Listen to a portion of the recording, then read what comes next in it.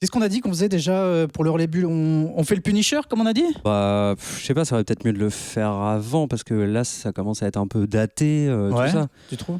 Bah, je sais pas, moi je propose plutôt qu'on fasse, je sais pas, Umbrella Academy, enfin un truc plus récent quoi. Ouais, bah ouais. Oh mais non, mais moi je voulais parler du cul de Francky.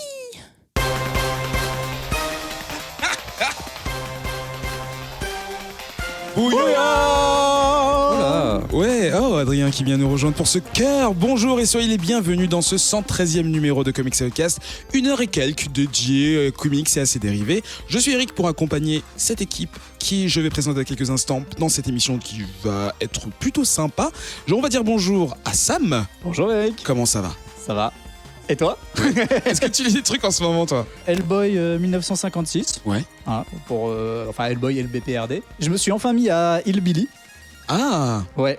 ça fait longtemps qu'on avait parlé de celui-ci, je me souviens. Ouais, vraiment bien. Ouais. Ouais. J'ai beaucoup kiffé. Et quoi d'autre? Bah, plein d'autres petites choses. Beaucoup de séries que je continue à suivre. Du Black Science, du ceci, cela. Alors dans tout ce mix, qu'est-ce que tu vas nous présenter ce soir? Ce soir, je vous présente Il faut flinguer Ramirez. Un titre en français? Français, mais qui est également publié aux États-Unis. Ah, dans l'autre sens, c'est intéressant. tout à fait. We need to fling Ramirez. Tu nous en C'est parles gunning. tout à l'heure, ça a l'air intriguant. On va peut-être parler de comment est-ce que c'est passé d'ici à là-bas. Ouais, on peut. On va dire bonjour à Adrien, notre réalisateur. Bonsoir. Comment tu vas?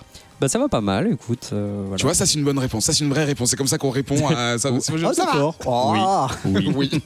Est-ce que tu as le temps encore de lire des choses en ce moment? Eh ben, pas depuis la dernière émission. J'ai plutôt bachoté pour préparer l'émission de ce soir. Et j'ai pas eu le temps de faire des détours sur la route du comics. Oh quelle plume. Et du coup, tu nous parles de quoi ce soir?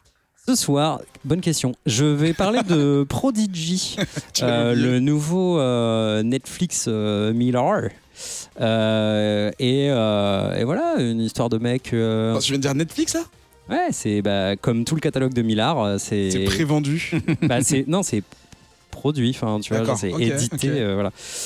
Image en collaboration avec Netflix et voilà l'histoire d'une sorte de personnage beaucoup trop piffé pour être un héros de comics. Grave. Mais ça pourrait être intéressant de voir ça à l'écran. Ou pas. Qui est-ce qui est à côté de moi? Ah oui, on n'était que deux, mais maintenant. Enfin, vous étiez que deux, maintenant on La est troisième 4. personne vient de popper. Mais c'est Lucie. Bonsoir. Enchantée, Lucie. De même. Tu fais partie de l'équipe maintenant? Ben on dirait, ouais. Comment ça va? Ben ça va bien, je suis en vacances et on s'approche de la mort thermique de l'univers, je pense, parce qu'il fait très chaud. Ah oui, c'est pour ça. Donc c'est un peu inquiétant, mais c'est cool. Mais ça boucle avec la dernière émission. Précédente, ouais, Bravo. de Grégo. Le talent. Quel Est-ce talent. est-ce que dans ton occupation, tu as le temps de lire des comics et est-ce que tu lis quelque chose en ce moment? Oui, absolument. Bah, du coup, avec les vacances, j'ai du temps. Et je me suis procuré ce matin même Mister Miracle. Ah, ça c'est Ben. Après Like de Ben de tous loin. ces là, mois je sens. d'attente. Et le jour où on enregistre cette émission, le TPB est enfin sorti hier. Donc Voilà. Voilà, les premières pages m'ont conquise. Et puis sinon, je lis pas mal de Lémire. Ouais. Ah ouais. Et en particulier Gideon Falls en ce moment qui me plaît énormément. On détecte une certaine proximité avec les goûts d'Adrien. Est-ce qu'il y aurait quelque chose? Il y a de la porosité amicale. Voilà, c'est ça. Vous connaissiez, c'est ça? Exactement. C'est un import rémois que j'ai. Ah, la exactement. province. Ouais. Bon, on en Ça. parlera un peu plus tard. Et du coup, La province. On n'y reviendra jamais, mais c'est pas grave. On en Les parlera. transitions.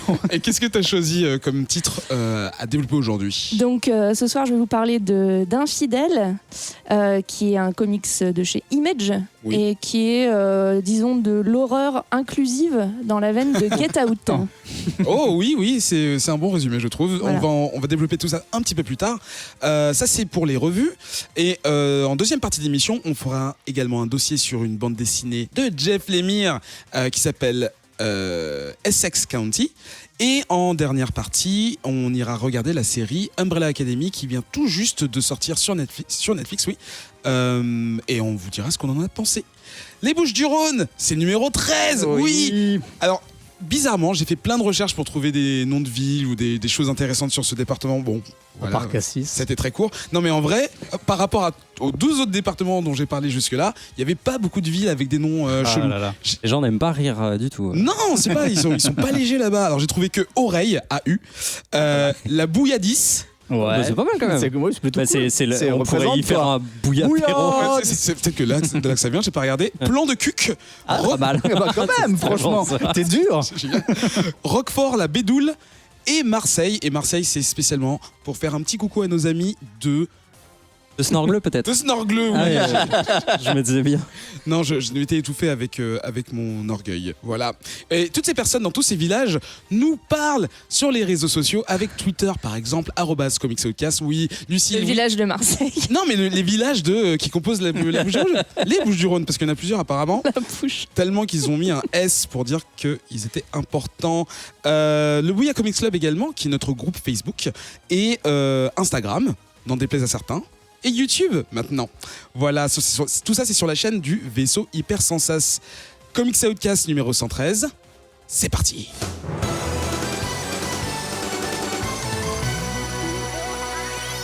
Et après l'intro la plus nulle depuis le début de Comics Outcast, on va commencer par les revues. Les revues.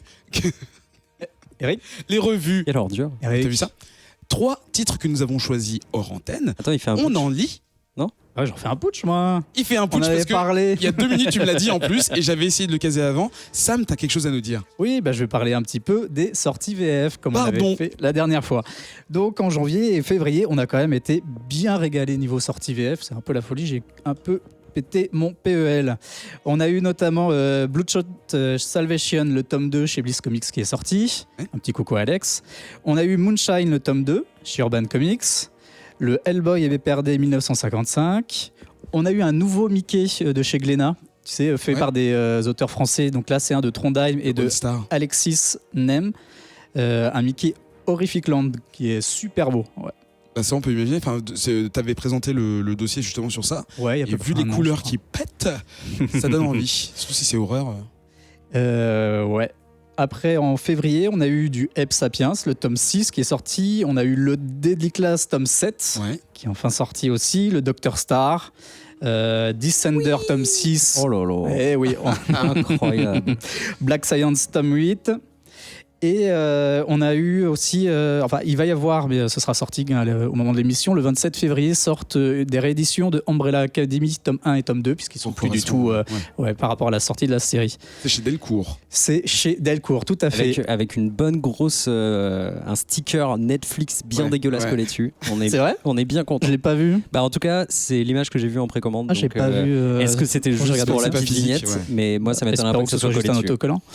Ouais. Et on avait parlé aussi dans l'émission 99 de Run et du film, et ils nous ont sorti une superbe édition collector du DVD, enfin du Blu-ray, spécialement chez la Fnac. Et elle est vraiment classe, avec un petit livret d'illustrations, de recherche de croquis, des bonus, et puis la voix, enfin la VO la voxo en anglais. Ah oui.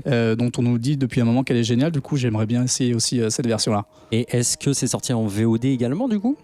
Je sais pas. Tiens. Non, je n'ai pas entendu parler d'une Pas sûr, VOD en tout cas. Il y a- Non, c'est juste parce que je me demande qui achète encore des Blu-ray, mais Bah, d'habitude, Les possesseurs j'achète de pas PS4. trop, mais là, franchement, c'est un bel objet et c'est toujours pareil, quoi. Le bel objet, on a envie de le collectionner. D'ailleurs, puisqu'on parle d'objets, qu'on parle de Mouta Foukaz, sort Il est en même fort. temps que le DVD, qui est en édition limitée sur le site d'Ankama, un coffret, une céréale box qui accompagne du coup la sortie du DVD, dans laquelle il y a un Genga de l'animé, des goodies, un t-shirt, des planches, un pins, etc. Un petit peu comme ils avaient fait pour la Pizza Box il y a un an. On attend la sortie de Nicky Larson. Non. Du coup, t'avais d'autres news à nous annoncer ? Non. Alors je vais reprendre mon introduction. 3 comics que nous choisissons hors antenne. On lit les 3 premiers chapitres et on en discute ici pour la première fois devant vous pour vous donner nos avis les plus francs la plupart du temps. Hein, soyons francs. brut de décoffrage. Voilà, direct. Et on va commencer par toi, Sam, parce que tu avais déjà la parole, donc je la rends. Et tu vas Merci. nous parler donc de Il Faut Flingers Ramirez. Tout à Ce fait. comics qui est sorti chez Glennet Comics, je connais pas trop cette maison, en mai 2018. Qu'est-ce que tu peux nous dire? Alors déjà par rapport à la parution.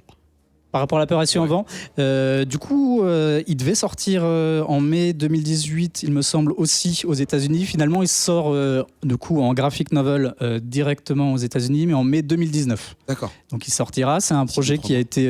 Du coup, j'ai contacté un petit Olivier Jalabert pour qu'il nous donne un peu d'infos là-dessus. Mhm.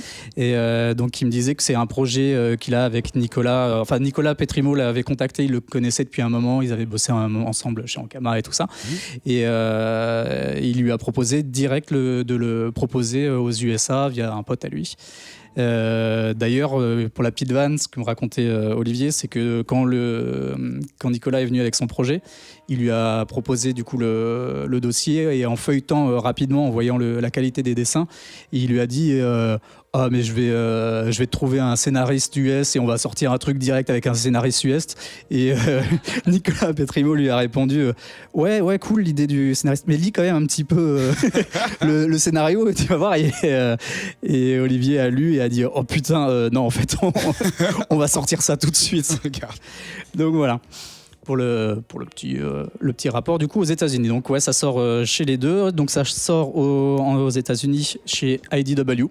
Oui. Et du coup, en France, c'est une histoire qui va se passer en 3 tomes. Oui. Plus un spin-off qui sortira après. Mais j'en reparlerai peut-être un petit peu après. Qui est à l'écriture et qui est-ce qui illustre? Du coup, alors Nicolas Petrimo fait tout. Ah, Il fait vraiment tout. Il écrit, il dessine, il à met la en française, couleur. un peu. Ouais, vraiment. Et ça se sent, du coup, tout est bien tenu et tout est ficelé. Ouais. Il y a une cohérence entre le dessin, entre l'histoire, entre l'ensemble. Il faut flinguer Ramirez. Ramirez, qui c'est? C'est un quadrigénaire qui travaille dans une société d'électroménager, la Robotop. Mais c'est pas n'importe quel genre d'employé. C'est le genre d'employé qui est capable de te réparer n'importe quel type d'aspirateur, les yeux bandés. C'est le ouf. C'est le meilleur employé de la Robotop, qui est l'entreprise d'électroménager parfaite dans les années 80. C'est la Cogip, mais cool. Ouais. Ok. Non, c'est vraiment la Cogip en fait. C'est parce que c'est un peu bordélique comme boîte. Mais Ramirez, c'est vraiment le petit tueur dans cet univers. Ok. Et du coup, il a plusieurs particularités. L'une d'entre elles, c'est qu'il est muet. Oh. C'est le personnage qui est apprécié de tous ses collègues. On l'apprend dès le début, durant une scène d'interrogatoire. Je vais essayer de pas trop spoiler cette histoire parce que franchement, il y a plein d'intrigues qui sont géniales et t'as pas envie de trop en dire. En même temps, t'as envie de tout raconter. Ben, retiens-toi parce qu'à chaque fois tu dis je vais pas spoiler, mais Et tu ouais. finis par un gros spoil. Et donc ce Ramirez, il travaille à la Robotop et il est adoré par tous ses collègues, excepté son patron qui est un peu jaloux de lui et qui fait qu'il a jamais été l'employé du mois. Et là va sortir à la Robotop le nouveau vacuumiseur. Le nouvel aspirateur dont tout le monde parle, c'est la folie. Juste avant ça, arrivent à la Robotop deux types un peu chelous, deux vieux gangsters un peu bizarres qui viennent pour le SAV parce que leur mixeur ne fonctionne plus. Ok. Ils viennent Donc, du Mexique. Ouais, d'accord. carrément. Ils viennent du Ça Mexique. se passe en France du coup Non, ça se passe en Arizona, D'accord. dans les années 80, en 1987. Ok. Et eux, ils arrivent du Mexique pour se faire réparer leur aspirateur. Et quand ils arrivent au SAV, ils voient Ramirez qui est au service du coup après-vente.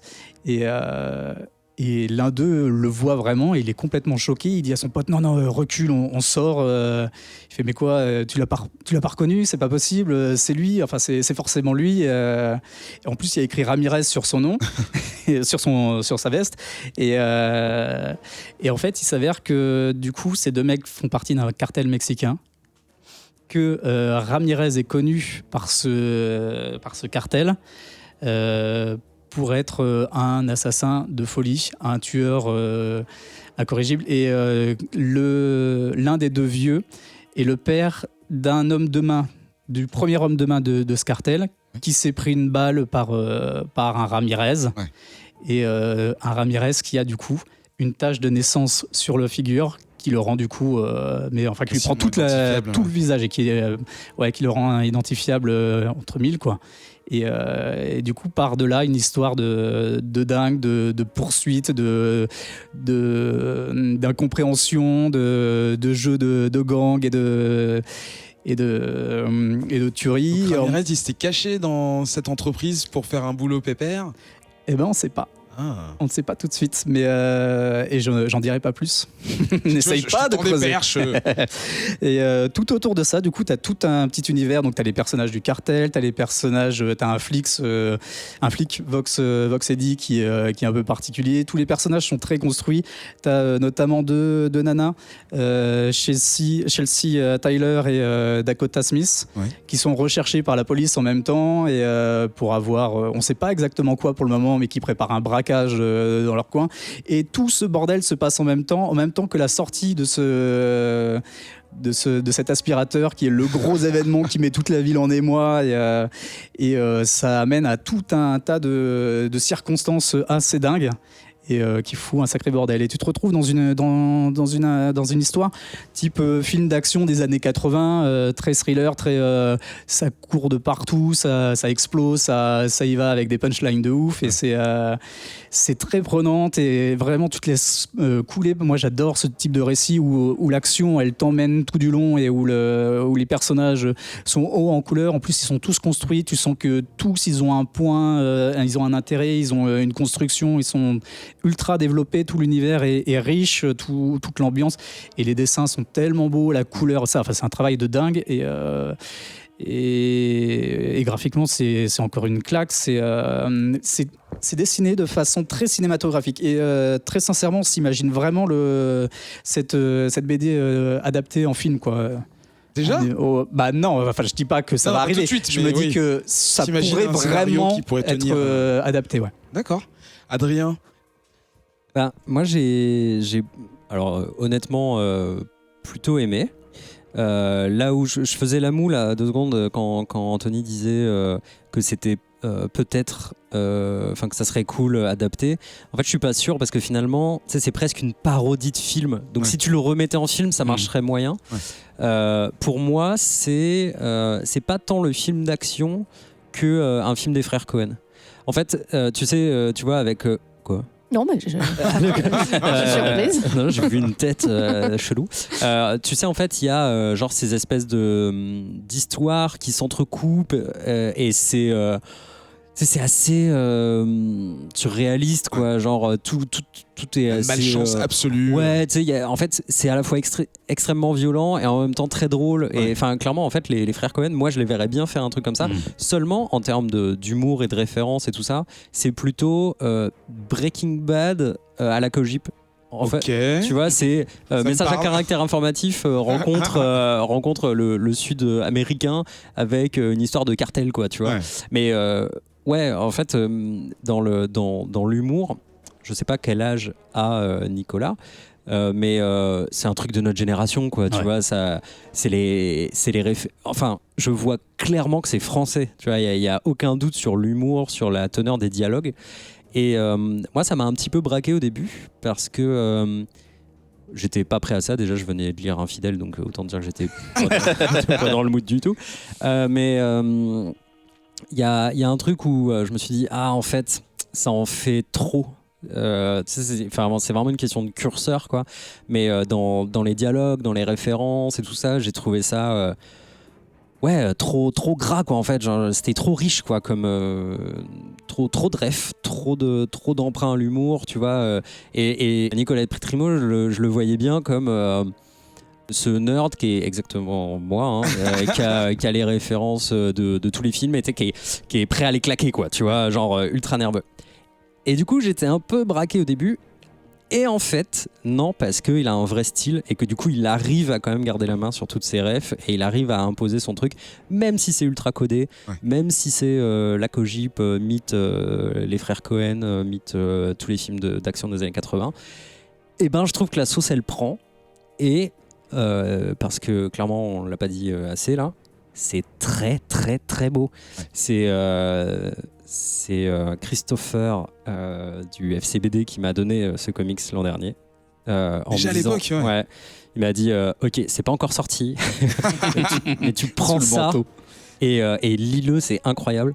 Ouais. Et j'ai attendu aujourd'hui pour le lire, donc désolé Christopher. Mais tu avais raison. Comme l'Indien. Toujours faire confiance. Christopher et son Ouais. podcast Le Gaufrier. Cette Exact. fois-ci, je me souviens. À qui on fait des La bisous. machine à crêpes, là, la raclette partie. Ouais, j'ai vu ce que j'avais raconté. Lucie, toi, tu l'as lu aussi, on te l'a donné aussi l'année dernière et, Non, absolument pas, non. Je me le suis procuré par mes propres moyens. Et effectivement, c'est très très beau. Les couleurs sont splendides. Il y a des intertitres, des titres de chapitres très classe, Ouais. qui exploitent magnifiquement le format BD franco-belge. Oui, Mal- d'ailleurs, en fait, quand j'ai rencontré le deuxième chapitre, je me suis rendu compte que en fait, ça arrivait plus tard que ce qu'on aurait considéré comme une issue. Ouais. Tu vois, et c'est à ce moment-là que je me suis dit, ok, c'est pas un format américain. Clairement, enfin, tu vois, il y a pas de Après, doute. ça dépend. Hein, pour rebondir là-dessus, il y a des fois où tu as des. Excuse-moi, Lucie, je te reprends la parole après. Mais tu as souvent des issues 1 qui sont plus épaisses que. ouais, parfois que des, 36. Ouais, voilà, C'était qui pas si double en là, fait. mais C'est plus c'est- ouais, 32, mais ouais. ouais. Mais ceci dit, il m'a semblé quand même que dans le découpage, alors après je suis pas vraiment spécialiste, j'ai pas fait d'études comparatives des BD franco-belges et des comics, mais que dans le découpage c'est très américain. Mais bon, voilà, c'est très, très intuitif comme remarque. On n'a pas parlé des fausses pubs. Je voulais en parler. Mais vas-y. Et ce sera peut-être l'occasion pour moi de dire un peu ce que je pense de l'humour dans cette BD. Alors, attention, d'aucuns- disclaimer, il faut savoir que Lulu a son humour bien à elle. Hein. Oui. Non, alors c'est plutôt que Brise régulièrement son humour. d'ailleurs. d'aucuns diraient que mon humour est cassé et que donc non, en fait je suis assez difficile et ça m'a pas fait rire. C'est vrai. Non. Moi, ça m'a fait beaucoup penser à du Paul Verhoeven, tu sais, dans Robocop, quand il cale ses pubs tout le temps. Et là, les pubs font à chaque fois référence à des éléments de l'univers, un petit peu Oui, comme il y avait oui. dans Robocop. C'est très poussé. Il y a un moment une page de journal, j'ai tout lu. Et chaque petit article, c'est un truc un peu à la con, ça explique un peu l'univers. Ou en tout cas, ça donne envie de découvrir d'autres choses sur des personnages de l'univers. Et voilà, et pour juste faire une petite parenthèse là-dessus, j'ai regardé, ils ont lancé un site, juste comme ça pour le plaisir, qui doit s'appeler ilfautflinguer-ramirez.com ou un truc du genre, où ils rajoutent encore, ils ont tout le schéma technique de l'aspirateur qu'ils ont fait, ils ont fait des fausses pubs en live, ils ont fait tout un... Il a vraiment développé son univers énormément. Il a D'accord, tout j'aime bien construit, ça. et ça c'est assez classe, ouais, c'est Tu veux assez dire qu'il agréable. utilisait plein de médias pour faire parler de lui? Ouais, mais du coup, juste pour de la com et juste pour du... Enfin, l'univers, du coup, il est complet. Et si t'as vraiment envie de rentrer dedans, alors, si t'as pas envie, t'as pas envie. Mais si tu veux rentrer dedans, t'as les moyens de vraiment t'y plonger, quoi. Effectivement, c'est peut-être un peu trop riche, ça Ouais. va peut-être un peu trop loin pour moi et je suis peut-être trop bonne élève parce que j'ai tout lu très consciencieusement et pour moi ça va un peu loin et c'est pas toujours très drôle, mais bon, ça c'est très très subjectif. Et donc encore une fois, je redis, hein, c'est vraiment très, la cohérence entre le style graphique, l'écriture, c'est hyper maîtrisé. J'ai pas été trop convaincue par cette espèce d'entre-deux bizarre entre la France et les États-Unis. Parce que quand même Ramirez, donc il s'appelle Ramirez, Ouais. mais de son prénom Jacques, Oui. mais pas Jack. Moi, je trouve ça drôle. Jacques. Ça fait penser à ces dessins animés des années 80, pareil, où on redonnait des prénoms Nom français, français aux personnages pour les rendre un peu Même en ridicules. fait, les noms américains sont pas crédibles parce qu'ils s'appellent tous Ouais. Jackson, Oui, oui, c'est ça. Et, tu sens que c'est un Français qui l'écrit. Après, pour moi, ça fait partie de la blague. Ça fait mais- partie de la parodie, ouais. Et donc ce fameux Ramirez, il conduit une voiture qui a tout l'air d'une R5. Et donc en plein milieu de la highway, en plein c'est vrai que c'est assez drôle en fait. Il y avait peut-être une personne aux États-Unis à cette époque qui avait sa R5, qui J'en était doute. toute fricaire d'avoir une Non. voiture européenne. Faux.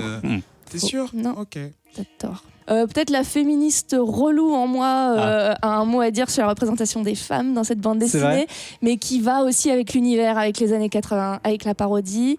Donc... Et c'est, voilà, après, toujours, tu poses toujours la question de oui, mais t'es pas obligé non plus de recopier un modèle pour le sake of it.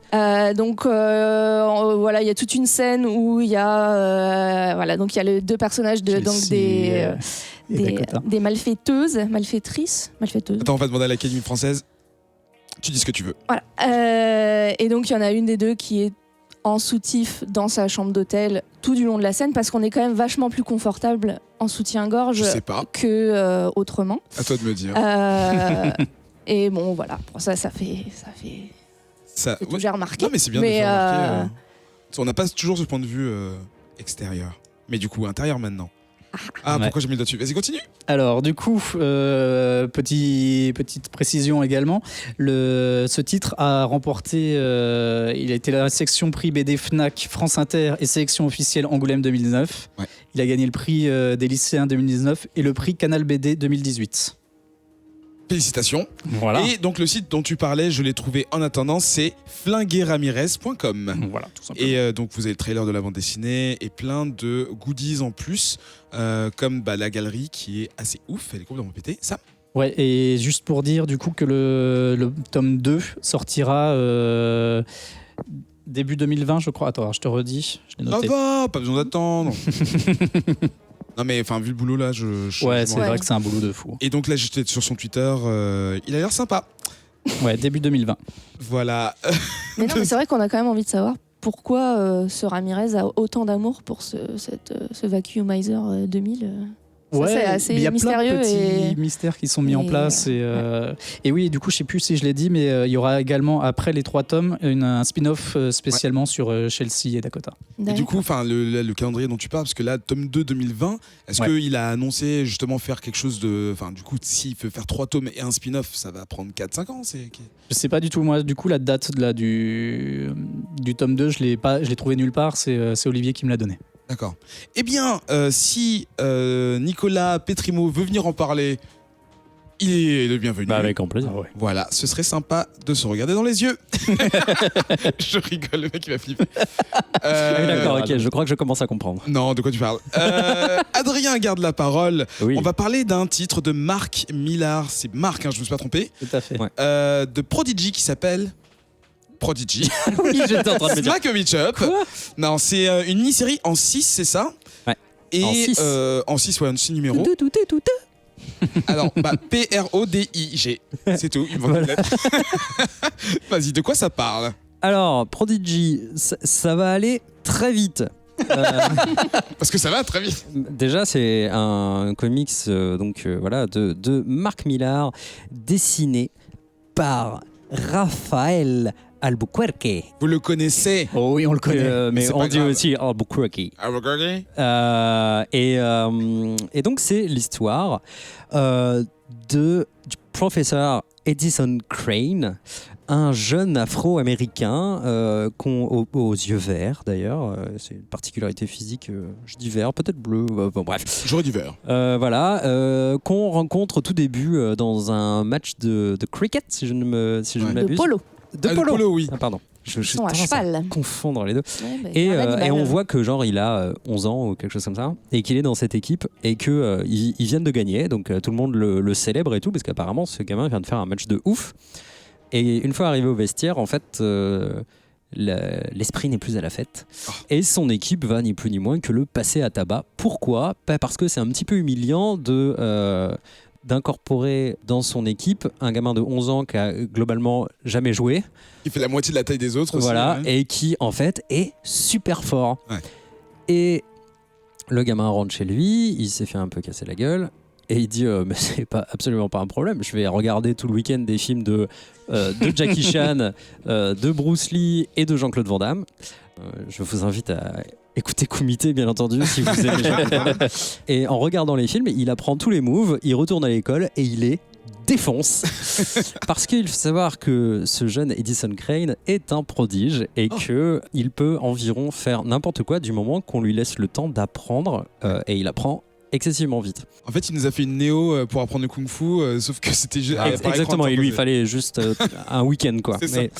Mais voilà, et puis ensuite, flash forward, Edison Crane est désormais un adolescent, un truc comme ça, il y a une soirée chez lui, il y a un gamin qui visiblement a un problème du cœur, ni une ni deux, il le fout sur le billard. C'est le fils du vice-président des États-Unis. Voilà.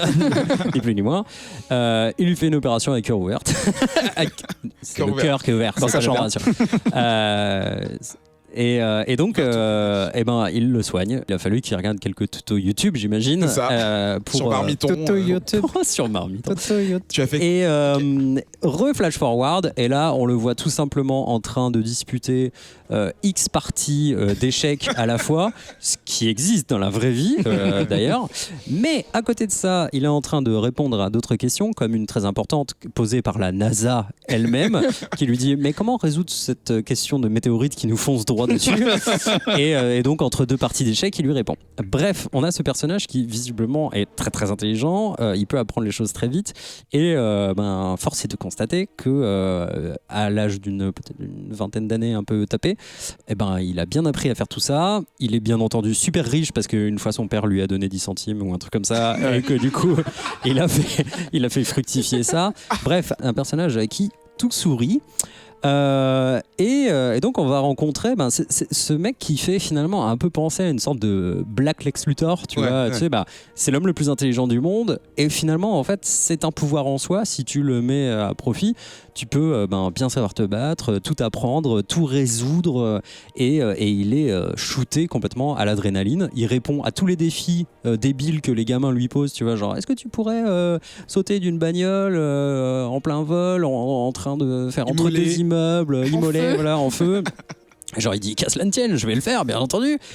Et à la fois répondre à une demande du MI6 et voilà. Donc c'est un peu un mélange entre un James Bond, un peu un Lex Luthor, je sais pas. Il a l'air d'être donc dopé à ces défis-là, à l'aventure. J'ai vu un peu quelque chose de l'ordre d'Indiana Jones aussi.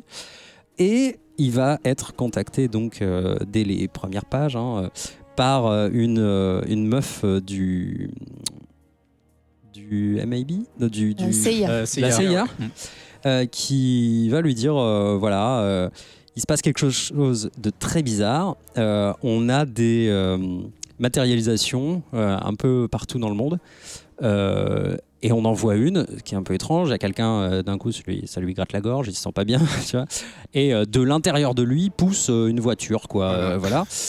On se retrouve avec une voiture à la place du mec qui s'est fait pulvériser façon puzzle.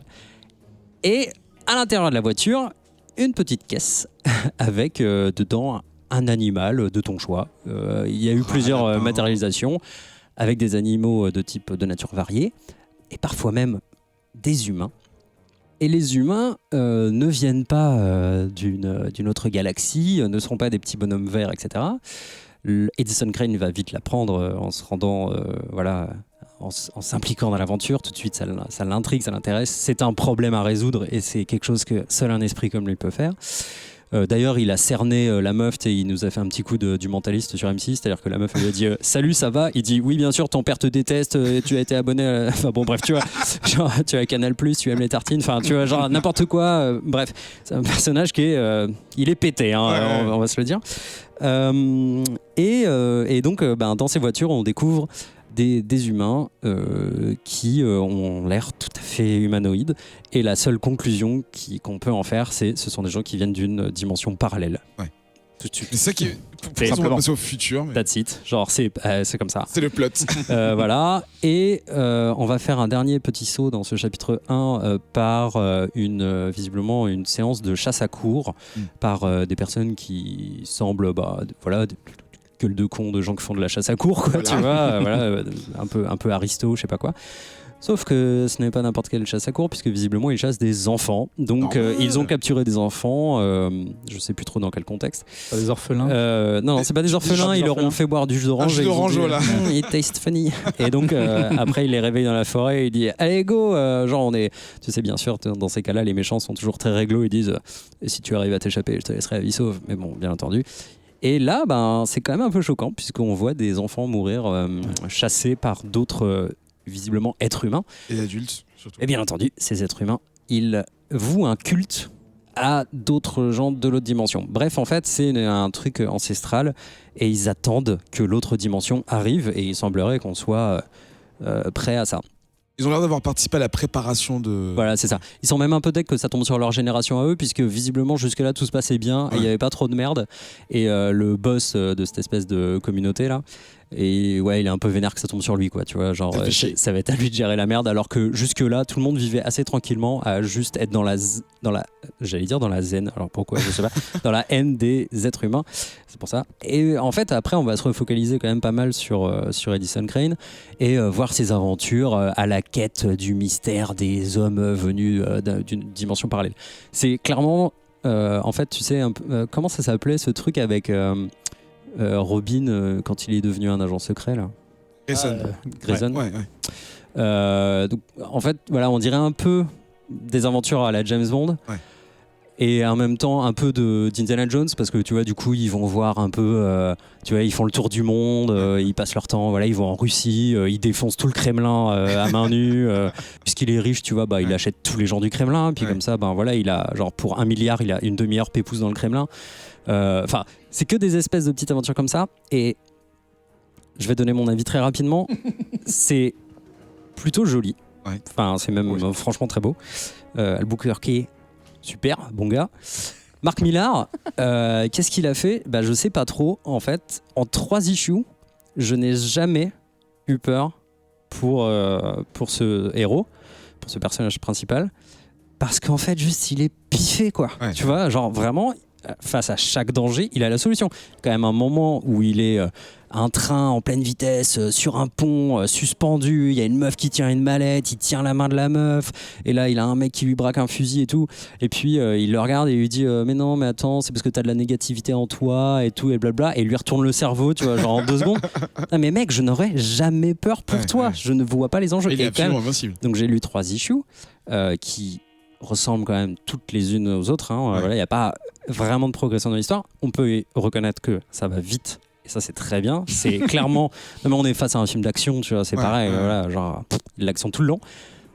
Mais un bon film d'action, pour que l'action, elle fonctionne et pour que quand même tu crées une forme d'empathie avec le personnage principal, il faut qu'il y ait un peu des faiblesses, quoi, des failles. Et là, il semble pas y en avoir au bout de 3. Ce que j'aimerais éventuellement, c'est qu'on m'apprenne à l'issue 4 ou 5 ou je sais pas quoi, que je sais pas, en fait c'est un grand méchant. Ouais. Enfin tu vois, là je vais avoir besoin d'un truc super fort pour que je reconnecte au personnage, parce que sinon ça va pas le faire. Est-ce que Millar là, tu vois, il parle de lui, tu vois, avec genre cette espèce de personnage qui se fait de nulle part et qui est super piffé, parce qu'aujourd'hui Millar, il a vendu tous ses droits à Netflix. C'est lui aujourd'hui le prodige milliardaire qui a tout fait et tu vois qui se retrouve avec milliardaire. Il est milliardaire. Oh. Allez, c'est bon, c'est tout pour elle. Tu vois, genre qu'est-ce qui lui est passé par la tête pour créer ce perso ? Enfin, je comprends pas. Il a l'air de sortir un peu de son carcan à lui, c'est bizarre. Ouais. Bref, voilà, donc j'aimerais bien savoir ce qu'en ont pensé mes petits amis, parce que moi, ça m'a laissé un peu... Lucie. Alors, moi non plus, je connais pas du tout Millar, mais... et donc, pour revenir à mon problème d'humour, en fait, ça m'a fait énormément rire. Pareil. Et ça me rend son tablier. T'es vraiment monté à l'envers, quoi. Je m'en vais. Non, mais cette escalade complètement absurde dans les exploits, ouais, mais c'est assez drôle en fait. Et c'est marrant, c'est qu'en fait, ça semble presque... Tu vois une escalade ? Pardon ? Tu vois une escalade, toi ? Ça semble presque involontaire, en fait. Je sais pas, c'est un peu étrange. Non, moi je trouve ça hyper... justement, l'accumulation... C'est ce que fait les 3 premières issues. Alors par contre, je suis curieuse après de voir de ce qui reste dans les 3 dernières.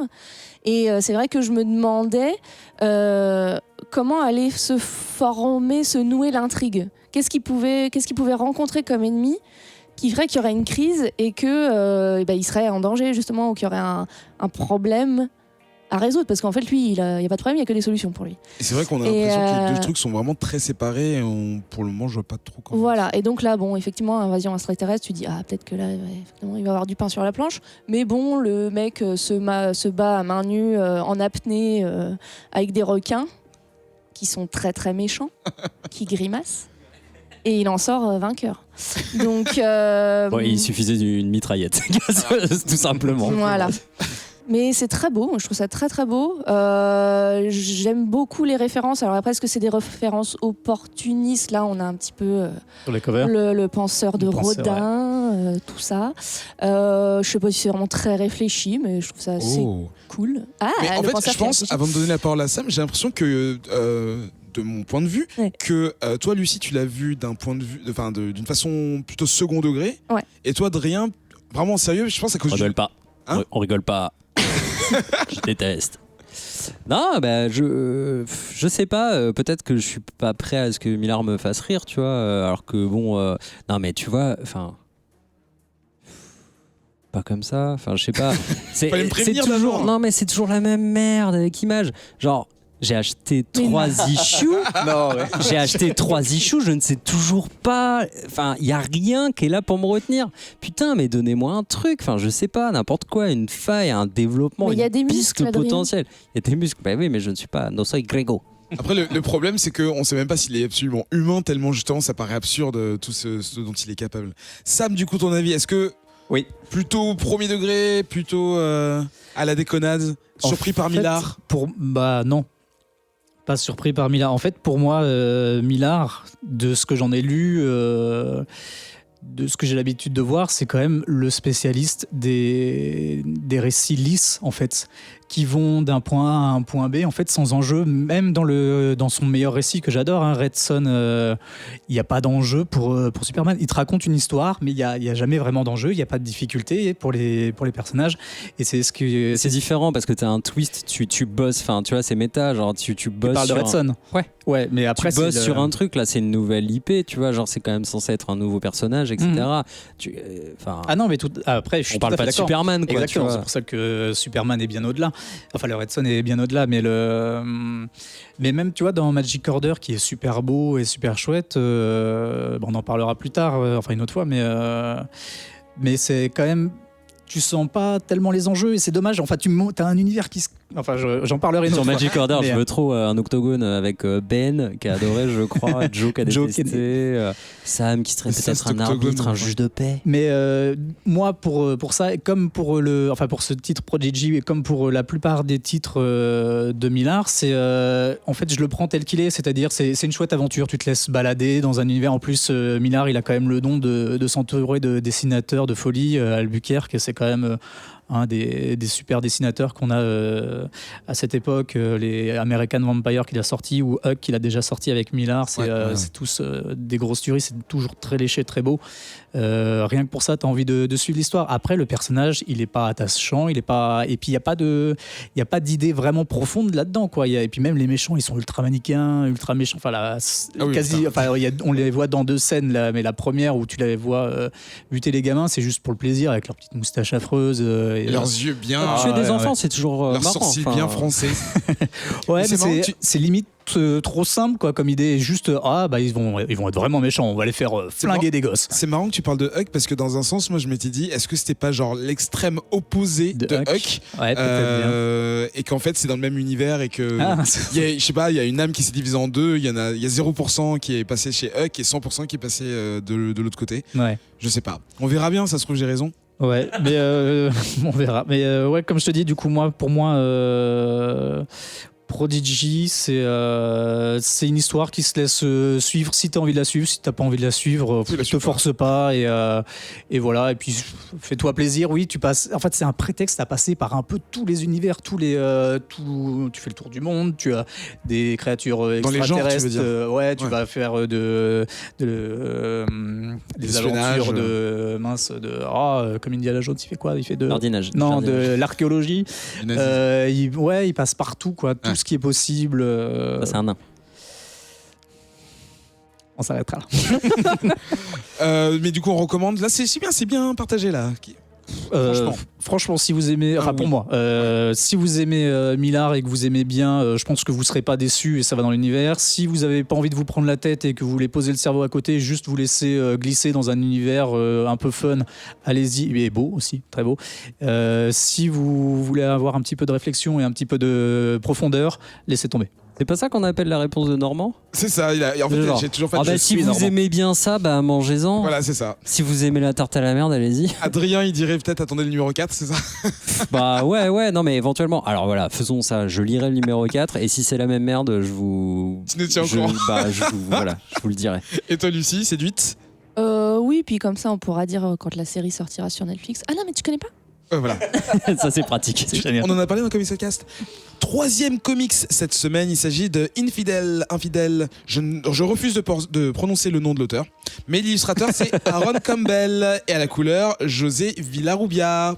C'est sorti chez Image Comics l'année dernière, il y a un an. Et Voilà. qu'est-ce que tu peux nous en dire? Donc l'auteur, c'est Pornsak Pitcheshot, Voilà. qui fait donc ses premiers pas dans l'écriture de comics, puisque jusqu'à Infidèle, il était plutôt dans le rôle de l'éditeur, chez Vertigo notamment. Il a bossé sur Sandman, Swamp Thing et Sweet Tooth. Que des allitérations en S. Voilà, beaucoup de thus. Et peut-être qu'on peut dire tout de suite que les droits ont été achetés par Hollywood, mais qu'il y a aussi le nom d'un réalisateur, donc le projet d'adaptation semble bien n'emmanché. T'as des noms ou c'est... Je me souviens... on sait juste qu'ils avaient trouvé qui pour... Si, j'ai pas noté le nom, c'était le réalisateur qui avait fait The Mountain Between Us. C'était un film avec Idris Elba et Kate Winslet qui était sorti. Genre, il y a Ok, deux noms que je connais, donc c'est Voilà, forcément bien. Il y avait une montagne entre eux. Alors. Qu'est-ce que tu peux nous dire sur le titre? Donc Infidèle, donc 5 issues, on l'a dit. Ouais. Donc c'est Non, on l'avait pas dit, mais assez condensé. Et donc le personnage principal, c'est Aïcha, qui est une étudiante américaine, musulmane d'origine pakistanaise. Et peut-être une bonne façon de présenter l'ambiance, c'est de parler de la première scène. On découvre Aïcha dans son lit, dans une position relativement inconfortable, puisqu'elle est spoonée. Big Spooné. Elle est big spoonée par une espèce de monstre humanoïde tout blanc, mais genre blanc comme la craie, qui la serre dans ses bras et a des longs doigts crochus arthritiques avec des ongles pointus. On parle pas assez du problème d'arthrose chez les jeans. C'est le problème. Et donc il est sur le point de la mordre. Donc c'est une figure un peu vampirique qui fait penser au Nosferatu de Murnau. Nez très retroussé, les puis, dents très pointues. Puis très très blanc. Ouais. Donc elle a l'impression que c'est un cauchemar, mais assez rapidement en fait elle comprend que c'est peut-être des hallucinations, voire on ne sait pas, peut-être en fait la réalité. Ouais. Donc elle semble être la seule à voir ces monstres nus, ils sont toujours nus, qui l'insultent, qui veulent lui faire du mal, la poursuivent, etc. Donc elle se sent assez seule. Il y a plusieurs personnages qui entourent Aïcha, mais qui ne savent donc pas ce qu'elle endure. Il y a son amie d'enfance, Medina, qui est en qui elle a toute confiance, son petit ami Tom, et puis la fille et la mère de Tom. Donc Aïcha vit avec son petit ami, sa belle-mère, et donc la fille de Tom qu'elle a eue avec une ex-copine. Voilà. Elle est très gentille, elle est très patiente avec sa petite fille, belle-fille. Sa petite belle-fille, ouais, voilà. Elle a beaucoup Ça va pas d'affection être facile, pour elle. Et donc, ils habitent dans un immeuble qui est un peu spécial, puisqu'il a été le lieu d'une explosion d'origine criminelle, peut-être, qui est présentée comme un attentat terroriste par certaines personnes, puisque l'auteur était lui-même musulman. D'accord. Donc certaines parties de l'immeuble sont encore en travaux, beaucoup de gens ont déménagé, donc c'est clairement pas l'immeuble du bonheur du tout. Et puis donc le loyer doit être très bas. voilà ça. Et donc à cela s'ajoutent les monstres que voit Aïcha, puisqu'au début on a l'impression qu'elle ne les voit que dans cet immeuble, qui se manifestent, qui sont liés au lieu, en fait. Le nœud de l'intrigue se forme entre Aïcha et sa belle-mère, donc la mère de son petit ami, qui sont blancs tous les deux. Donc qui est une femme d'une 50aine d'années qui par le passé a eu des réactions épidermiques à la religion de sa belle-fille. Qu'on pourrait qualifier de raciste, hein. d'islamophobe. Mais Aïcha, comme elle est très gentille, elle est persuadée que tout cela est derrière elle et que sa belle-mère ne pense pas à mal. La tension, cependant, monte d'un cran quand Aïcha se retrouve dans une de ses hallucinations, crises, etc. On ne sait pas très bien. En plein jour dans la cuisine, et elle se retrouve en fait à poignarder presque sa belle-mère. Heureusement, elle ne blesse que son gilet. Je ne sais pas si j'en dis beaucoup plus ou pas. Non, en fait, là, on en est en gros à la deuxième issue. En gros, ça monte un peu en intensité progressivement. Elle se sent seule, elle en parle à personne parce qu'elle a l'impression d'être folle. Elle se demande elle se pose des questions sur sa santé mentale. Et puis en même temps, donc les phénomènes s'amplifient jusqu'au moment où à nouveau il y a une crise. Elle se débat contre les monstres qu'elle est la seule à voir, et elle pousse involontairement sa belle-mère et la petite fille dans les escaliers. La belle-mère meurt sur le coup, aïe, et la petite fille se retrouve dans le coma. Donc voilà. Poussée par ses hallucinations ou... En fait, pour elle se débattait contre des monstres qui étaient en train d'essayer de la tuer, quoi.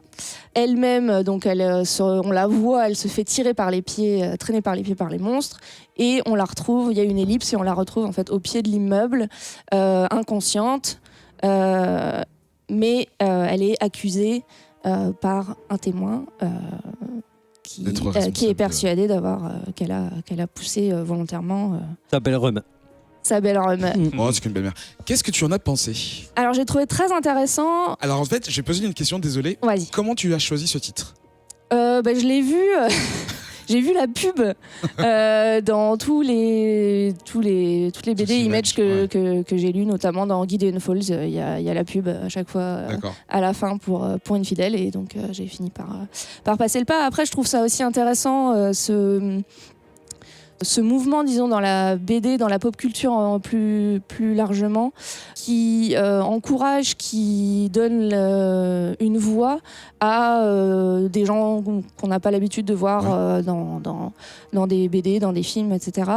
J'ai trouvé très intéressant le run qu'a fait G. Willow Wilson avec Miss Marvel. Oui, justement, qui aborde la question de la religion et de la de l'identité américaine, du multiculturalisme, etc. Et finalement, Infidèle, c'est un peu, c'est pas du tout c'est pas du super-héros, c'est pas Marvel, mais c'est un peu un pendant horreur de tout ça.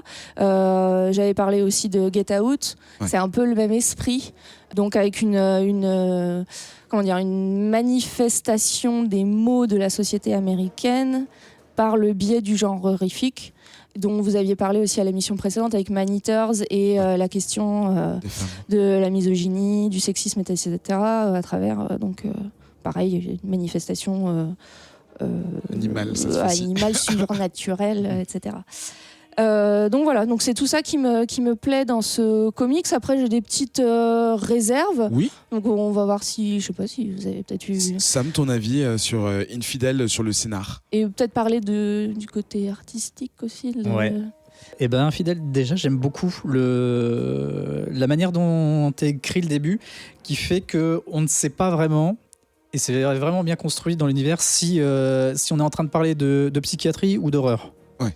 Et c'est très très bien joué, et du coup tout jusque la bonne moitié du récit on sait pas, et du coup tout est possible jusqu'à ce moment-là, et du coup Lucie elle a pas dévoilé, je trouve ça cool de quelle direction va prendre le comics, mais ça c'est vraiment intéressant.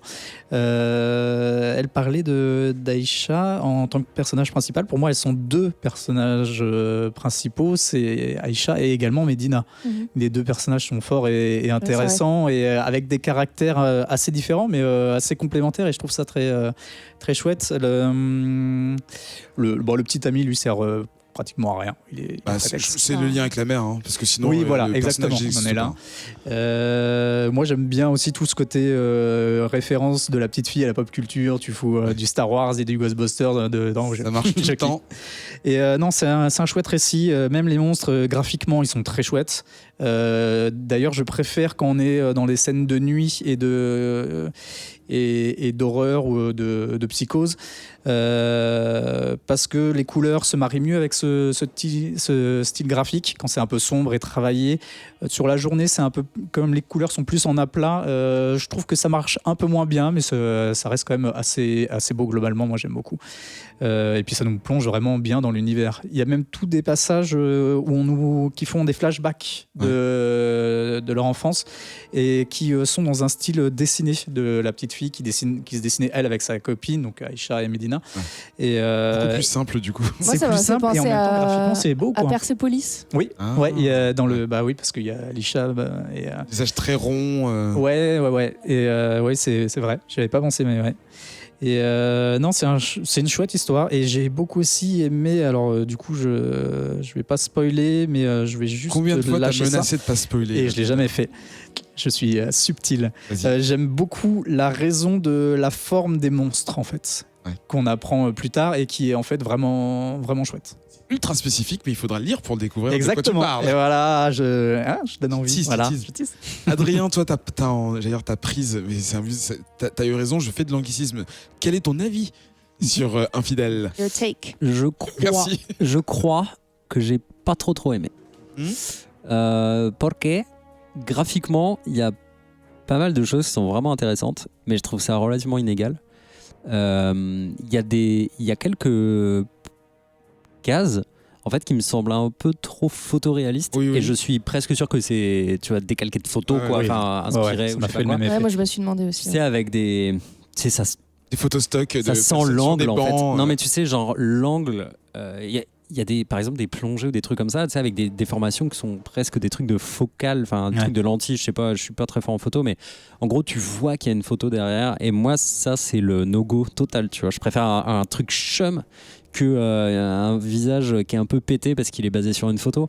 Et honnêtement sur la belle-mère il y a pas mal de fois où tu sais elle est un peu de profil face là et genre c'est un truc qui se fait quand même beaucoup aux États-Unis, beaucoup plus que chez nous en fait. Chez nous c'est mal vu, aux États-Unis je crois que c'est pas un problème en fait de calquer, c'est un style et puis parce que c'est des gougnafiers non mais c'est en fait juste un style et si le besoin du dessin et de l'histoire passe par là. Moi c'est un truc qui voilà je sais pas, je suis complètement hermétique à ça quoi, ça marche pas. Est-ce que c'est pas un peu de mal avec ça, l'Uncanny Valley du dessin?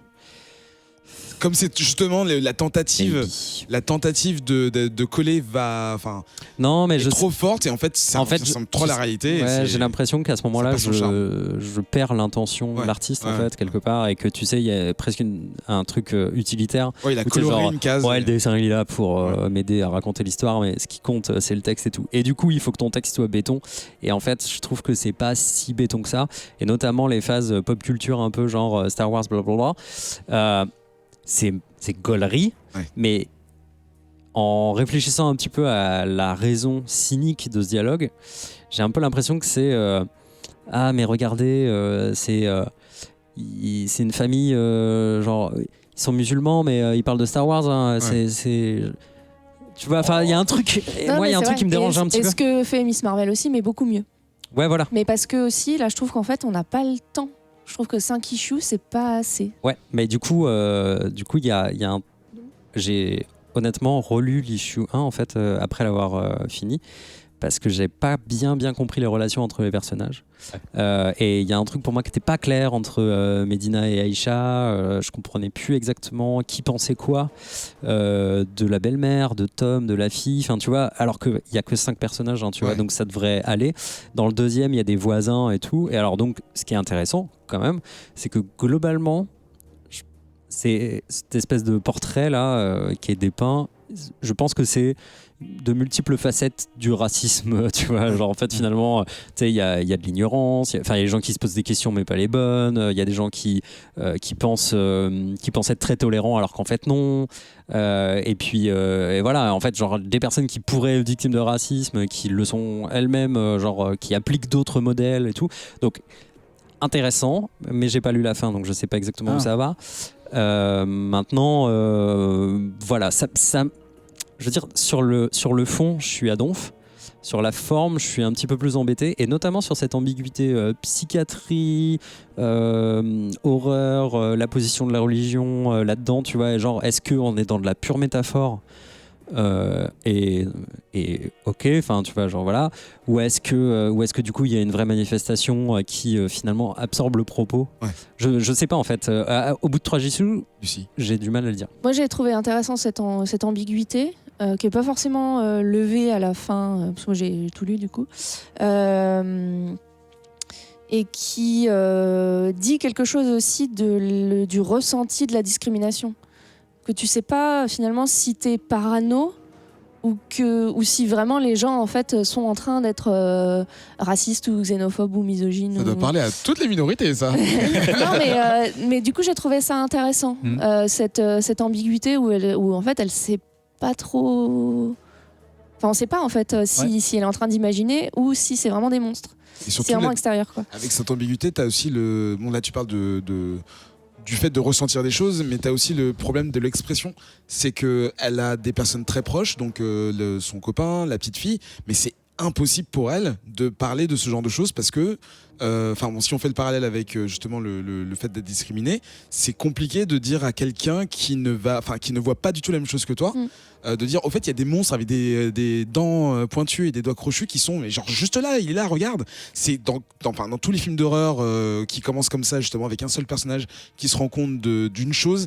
Il y a toujours le spectateur qui dit mais dis-leur, mais non, mais toi dans sa tête personne va la croire et ça sert à rien de voir cette scène où elle va s'humilier et encore plus intérioriser cette. Mais ça, je trouve tu vois, la métaphore, l'analogie, elle marche trop bien avec le racisme, quoi. Tu vas de dire genre il y a quelque chose que tu vois et il y a d'autres gens qui le voient pas et des choses qu'ils peuvent pas comprendre parce que toi t'étais pas là au bon moment. Enfin bon bref.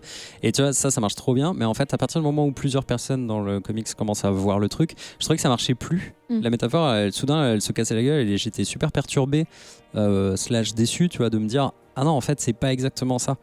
Donc bon bref, faites-vous votre avis. Je trouve ça je trouve ça quand même vraiment intéressant dans le fond, tu vois.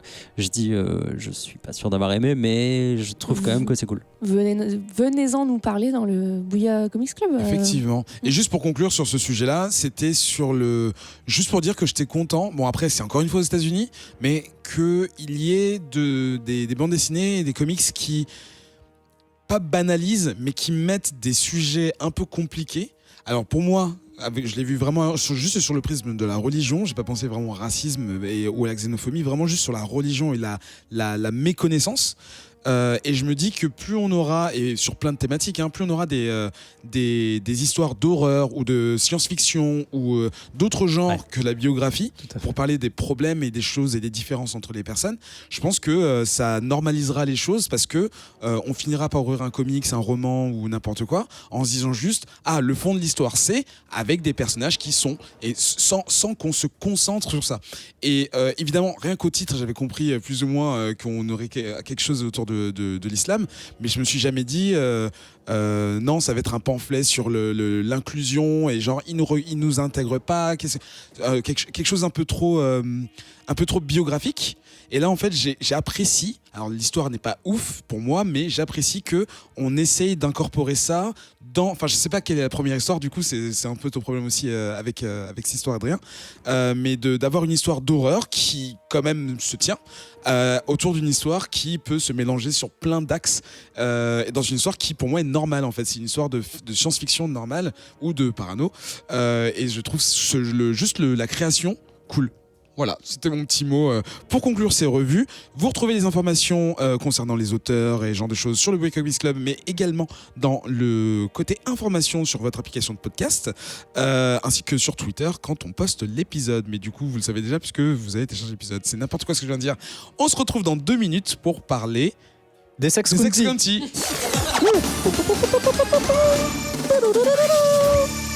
Aucune note n'est bonne. 0. Si, le poum. De retour dans ce 113e épisode de Comics Outcast, toujours entouré de mes petits chroniqueurs. On va parler maintenant d'un comics qui a plu à plus de 2 personnes autour de cette table, et j'imagine peut-être une 3e. On va parler d'un titre de Jeff Lemire, une personne très peu connue autour de cette table. Si vous n'aimez pas, je suis désolé, mais je pense que vous allez kiffer. On va voir ce que nous en disent nos petits collègues ici. On va donner la parole à qui est-ce qui veut en parler en Je vais premier? pas donner le titre avant. Sam, j'ai dit Essex County. Ah, pardon. Sorti en 3 tomes, si je ne me trompe pas, entre 2008 et 2011. D'abord aux États-Unis chez Top Shelf, puis en France chez Futuropolis, dont on avait parlé il y a un petit moment aussi. Ils avaient sorti un truc sympa dont tu avais parlé. Moi, j'adore Top Shelf, c'est le genre le truc où ils font des petits plats et tout. Compétition, ouais, pour mettre le livre le plus haut possible sur une étagère. De quoi tu peux nous parler? De Essex County. Mais de quoi tu vas nous parler? Qu'est-ce que tu peux nous dire dessus? Qu'est-ce que je peux vous dire? Essex County, c'est un titre de Jeff Lemire, un de ses premiers, voire peut-être même le premier. Pour, voilà, à mon avis, en conception, pour le premier, et après c'est sorti en deuxième. Voilà, donc c'est pas... Ouais. C'est très clair. Non, tu veux dire qu'il avait dans la tête en premier, mais il l'a sorti après. À moins que ce soit Gideon Falls du coup. Mais j'en sais rien. Bon bref, on s'en fout. Mais c'est au Canada de toute façon. C'était dans ses premiers travaux. D'accord. Moi, c'est un titre que j'avais envie de lire depuis très très longtemps. Et on me l'a offert à Noël, du coup c'était l'occasion. On m'a offert une belle édition française qui est vraiment magnifique, couverture rigide et très chouette. Et du coup, quand tu commences à le lire, en fait, on te parle d'une histoire d'un petit personnage, un enfant, Lester, qui vit du coup dans le comté d'Essex County, dans une ferme, la ferme de son oncle, parce que du coup, il a perdu sa maman. Qui est décédée d'un cancer. Et c'est une histoire en fait de relations, de famille un peu déconstruite et de la complexité de cet oncle et de ce petit garçon à vivre ensemble et à se comprendre parce qu'ils sont dans des univers très différents et d'un lien d'amitié fort que commence à se créer le petit Lester avec un monsieur qui tient la station-service du coin, qui fait également librairie de comics, qui offre du coup au début de l'histoire un comics à Lester plutôt que de lui faire payer gentiment. Et c'est une histoire très touchante comme Jeff Lemire sait les raconter et vraiment... Ouais, touchante, avec des personnages toujours très... À la fois, moi j'aime bien ces personnages avec, déjà par le trait, ces petits yeux ronds, ces petites billes. On a l'impression qu'ils sont à la fois très naïfs, très gentils, et en même temps, tu vois, même quand ils se mettent en colère, on sent qu'il n'y a pas de profonde colère, il y a un sentiment d'injustice qui éclate à un moment, et des choses comme ça. Et c'est un récit très très touchant, et ça s'arrête pas là. Moi, en fait, du coup, sur la version française, tu as une couverture où tu as ce petit Lester qui est déguisé en super-héros parce que c'est un petit peu son costume du quotidien. On passe-temps. Et pour moi, ça allait raconter l'histoire de ce petit garçon. En fait, ça raconte plus que ça. Et on le voit mieux sur la couverture américaine qu'à Adrien, où on voit plusieurs personnages. En fait, ça va nous raconter donc, l'histoire de plusieurs personnages de différentes familles à des époques différentes dans le comté d'Essex County. Et avec plein de choses qui se relient par la suite et beaucoup de choses qui reviennent régulièrement, notamment le hockey qui est un pilier de l'histoire, mais également un pilier d'après que c'est au Canada, ouais. Qui est la patrie de Jeff Lemire. Ouais. Et d'ailleurs, moi, je me pose la question de ce titre. Est-ce que c'est pas un peu ce dont... Et je vois qu'Adrien sourit. En fait, Jeff Lemire est littéralement né à Essex County. Ouais. Il y a une photo de lui. Est-ce que ce titre, c'est pas un peu la référence qu'il fait de lui-même dans Royal City ? Et personne ne se répond à sa question. Pardon, alors est-ce que ce titre, c'est la référence de lui-même ? J'ai pas compris la question. Dans Royal City, tu sais, Royal City, l'auteur, le grand frère, je sais plus comment il s'appelle d'ailleurs, le grand frère, a écrit une histoire. Il a écrit un premier livre qu'il a d'ailleurs volé à son petit frère, mais qui parle du coup de la ville de son enfance. Et après ça, il n'arrive plus à écrire, il n'arrive pas à écrire autre chose. Est-ce qu'il y a pas un peu de ça ? Tu veux dire, est-ce que Royal City est pas un peu autobiographique et que en fait, et que Essex County, c'est pas l'équivalent du premier livre qui est écrit. C'est pas Frank, le frère. Oui, à la différence que Jeff Lemire, et c'est connu, n'a jamais eu de souci pour écrire des cartons après Essex County. Ouais. Genre. Est-ce qu'à un moment il n'a pas eu aussi un doute d'auteur? Oui, complètement. On peut se poser la question. Est-ce qu'il n'y a pas aussi Jeff, si tu veux venir en parler, avec plaisir. Il doit venir depuis longtemps d'ailleurs. Bah ouais, c'est vrai, j'avoue. J'ai déjà le nom de nos enfants et le sport qu'ils pratiqueront le mercredi après-midi. Ok. Ça va loin. Mais en plus, voilà, à Amiens, il y a une patinoire. Enfin, il sera heureux comme un pape. Eh oui, on vient de gagner. On vient. Il y a une compétition vient de gagner la Coupe que de tu France. suis surtout, c'est ça Ok. qui m'inquiète. Ok. En fait, c'est. Tu voulais qu'on condense, c'est ça?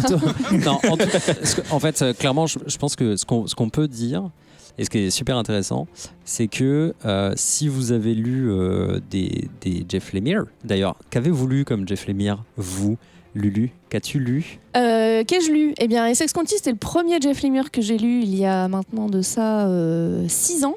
Ensuite, j'ai lu AD After Death, sur tes conseils d'ailleurs. Ok. Et donc Gideon Falls, Sweet Tooth. Ceux qui vont pleurer, en fait. Ouais, c'est ça. Bah, est-ce qu'il y en a qui ne font pas pleurer? Faut dire que voilà, ça fait globalement toujours un peu pleurer. Et puis les Black Hammer, y compris Cthulhuise, tout ça, tous les spin-offs.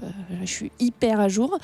J'ai pas lu Royal City, mais pour moi, le fil conducteur un peu entre Essex County, AD After Death, Sweet Tooth, tout ça, c'est que des histoires de solitude, de deuil aussi, de regret, de temps qui passe.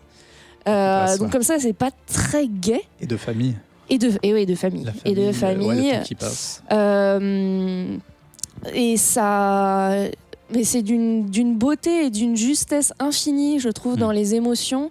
Souvent en très peu de mots. Surtout dans Tales from the Farm, donc, qui est la première histoire avec Lester et puis Jimmy LeBoeuf, le joueur de hockey. Et des dessins relativement simples, presque enfantins. L'oiseau qui est aussi un peu une espèce de fil rouge tout au long de ces 3 histoires. Bon, je vais pas faire la remarque débile, mais j'aurais pu le dessiner. Mais en même temps, il y a une expression dans l'œil de cet oiseau qui est folle, et c'est juste un point noir sur un fond blanc. Et pareil, à un moment, il y a une poule. L'expression dans l'œil de la poule qui part à l'abattoir. Elle est super Mais c'est incroyable. Alors qu'il n'y a rien sur la page, en fait. c'est- C'est un tout, quoi. Mais... Ça paraît simple, mais en fait, c'est extrêmement graphique et c'est très réussi. Et surtout dans Essex County, où il y a des fois, par exemple, dans Sweet Tooth, il y a des moments où il y a des choses qui sont peut-être un peu moins travaillées, des mains, tu vois, un petit peu. Là, vraiment, tout est très bien dessiné, c'est très, très graphique, c'est très joli. Et oui, en effet, les personnages ont des expressions très fortes, très formelles. Et puis, ça joue aussi par rapport à l'écartement de ces 2 pupilles qui donnent aussi ce regard naïf, cette chaleur au personnage. Et, On va pas mentir aux gens quand même. Ça reste le dessin de Jeff Lemire, Ouais. on aime ou on n'aime pas. Enfin, clairement, genre, vous avez déjà peut-être vu les dessins de Sweet Tooth ou de AD After Death. Enfin, c'est pas simple, quoi. Quand même, c'est un dessin qui est très caractéristique. non, Mais en plus, surtout que c'est son premier, donc je sais pas, je le trouve peut-être encore plus brut, tu vois. Il est encore voilà.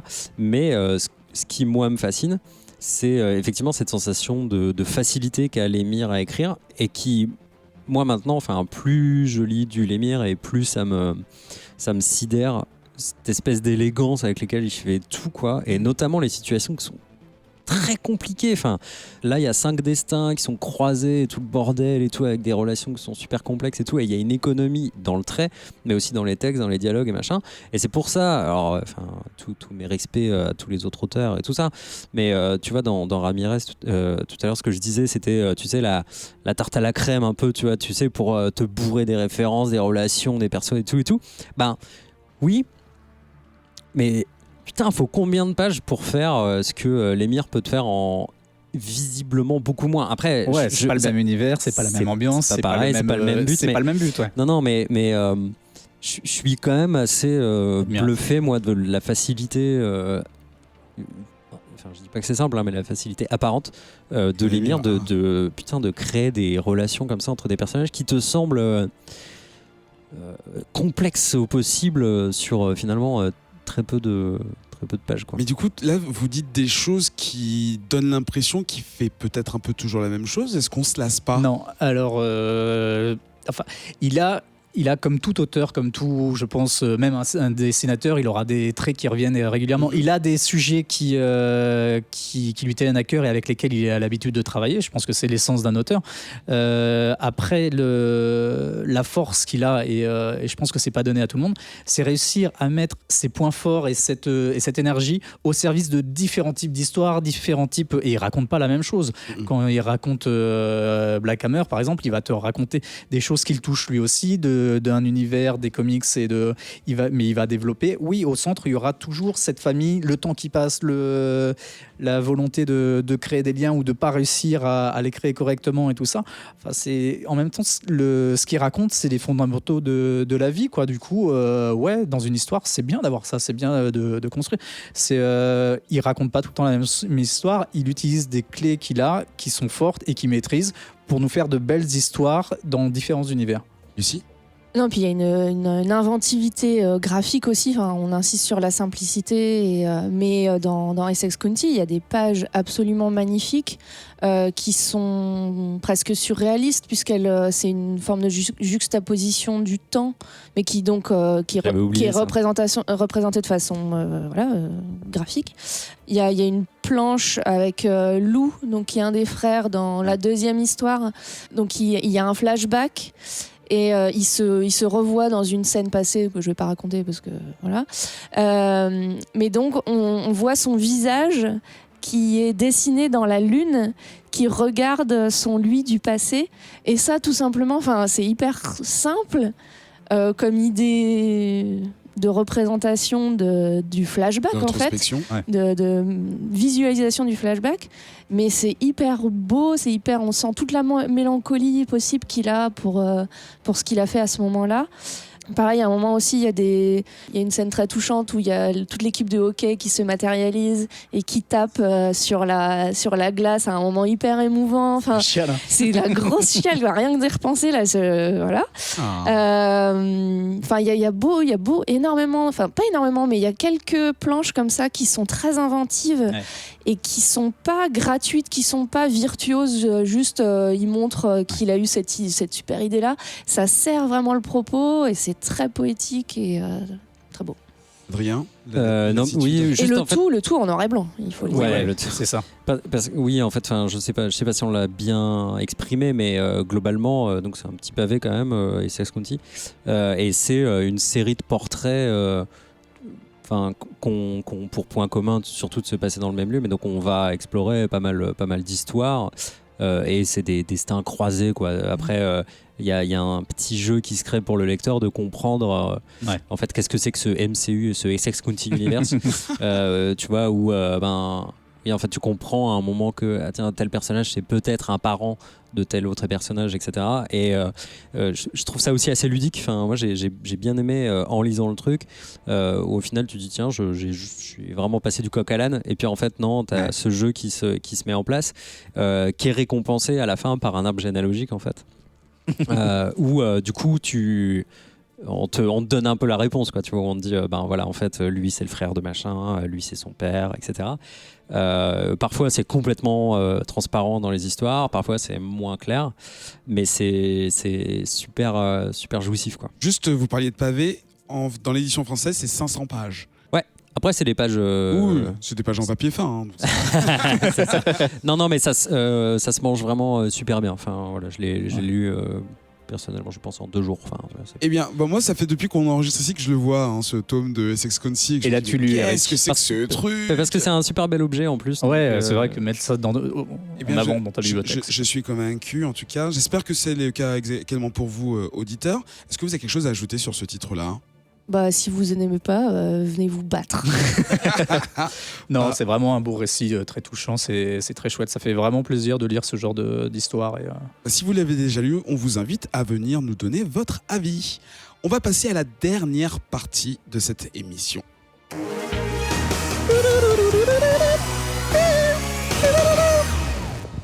De retour pour la dernière partie de cette émission, et on va d'abord appuyer sur le bouton, c'est ça ? Et vous t'entourons qui fait des enregistrements de vidéos. vidéo, c'est le sujet de ce Hors les Bulles. On va Des parler images qui bougent. Voilà, de cassage de table, mais également de Umbrella Academy, cette série dont on a déjà parlé dans Comics Setcast il y a tout juste un an, dans le numéro 91. Et c'était Quetrus qui nous avait fait un dossier sur sur l'anthologie de cette saga, écrite par Gérard Way, que vous connaissez peut-être si vous connaissez My Chemical Romance. Je ne connaissais même pas ce groupe avant le focus de Quetrus, et illustré à l'époque par Gabriel Bas. C'est sorti chez Dark Horse aux États-Unis et chez Delcourt en France. Et tu nous disais tout à l'heure que justement Delcourt ressortait des nouvelles éditions de ce titre-là. En ce qui concerne la série télé, c'est Dark Horse Entertainment qui fait ça. C'est toujours marrant en fait. Tu connais Marvel, tu connais DC, ils ont leur propre maison qui font la production de ce genre de choses. Mais Dark Horse aussi, qui est un studio mineur par rapport à ces deux gros géants, tu te dis qu'ils ont aussi un département pour ça. C'est toujours surprenant et ça fait plaisir de se dire que ils ont des projets et que ils viennent à fruition, pour parler français correctement.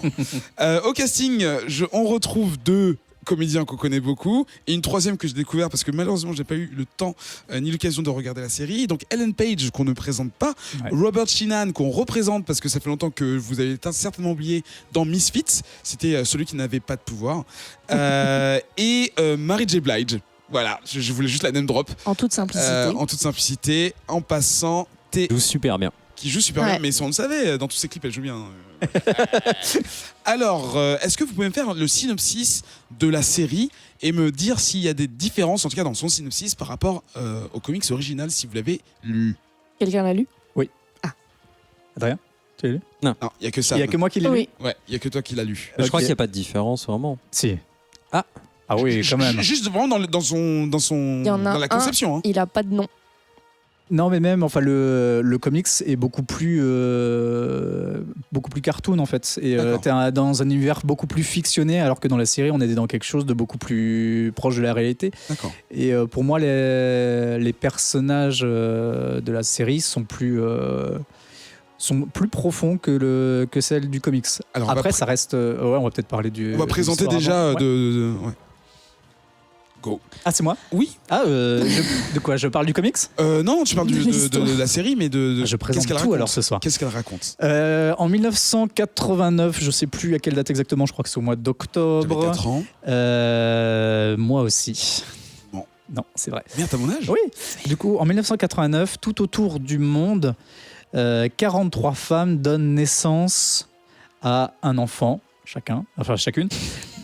La petite spécification de cette histoire, c'est que aucune de ces femmes n'était enceinte. Oh, ouais. Suite à ça, un richissime aventurier, intellectuel, chercheur, docteur, Qui n'est pas Prodigy. qui n'est pas Prodigy, Pas lui. décide d'en adopter un maximum. Et un maximum, c'est 7. Il a réussi à en adopter 7. Qui l'amène du coup dans une école. Enfin, dans un lieu, dans un manoir. Alors, dans le comics, c'est un peu plus reclus. Dans la série, c'est au beau milieu de New York. Et il les élève, il les surveille, il surveille leur croissance, il surveille un petit peu leurs états. Et il les forme en même temps à devenir une équipe de super-héros, car tous, ou presque, ont des super-pouvoirs. Voilà. Et donc ça c'est le début de la série. Donc ça c'est le début et on arrive quelques années plus tard où en fait ce professeur Sir Hargreaves décède. Ah. Ouais. Et du coup les différents enfants qui sont en fait tous séparés se retrouvent pour l'enterrement. On sent qu'il y a une distance, voire de l'animosité entre la plupart des personnages. Et sur les 7, en fait, ils ne sont que 5 à revenir. Dans le comics, ils sont que 4 à revenir. Et dans la BD, ils sont 5. Dans la série. De quoi? Dans le comics et dans la BD. Donc, dans le comics, il y en a 4 et dans la série, ils sont 5. Donc, on apprend que parmi les 7 initiaux, l'un est mort, donc Ben, le numéro 6. Parce qu'ils ont leur père ne leur donne pas de prénom, ils ont des numéros. Numéro 1, numéro 2, numéro 3, numéro 4, 5 et 6 et 7. Et du coup, c'est leur mère qui est une sorte d'androïde qui leur a donné des prénoms, on l'apprend après. Et donc Ben est mort et numéro 5 a disparu depuis très longtemps parce qu'il a le pouvoir de se téléporter dans l'espace et dans le temps. Et son père lui avait formellement interdit de voyager dans le temps parce qu'on ne sait pas ce qui peut arriver. Et il se retrouve bloqué dans le futur pendant un certain nombre d'années. D'accord. Alors, est-ce que vous deux aussi, Adrien et Lucie, vous avez vu la série, en tout cas les 3 premiers épisodes? Alors, on peut entendre votre avis et puis on finira par ça. Oh oui, c'était chouette. Merci, allez, c'était l'émission 113. Attends, t'as vu quoi, Adrien? J'ai vu 6 épisodes. Ouais. Ou 6 ou 7. Je sais pas, c'est sûr, il y a 10 épisodes au total. Voilà, donc je suis un peu suspendu dans le truc. Je trouve ça... Alors, en plus, je venais de regarder Titan et les séries Marvel plus récentes, etc. Je trouvais ça déjà très beau. Photos de ouf, effets spéciaux de ma boule et tout. Je trouvais enfin voilà, après ça c'est pas propre à la série, mais l'histoire elle est vraiment originale et ça fonctionne super bien.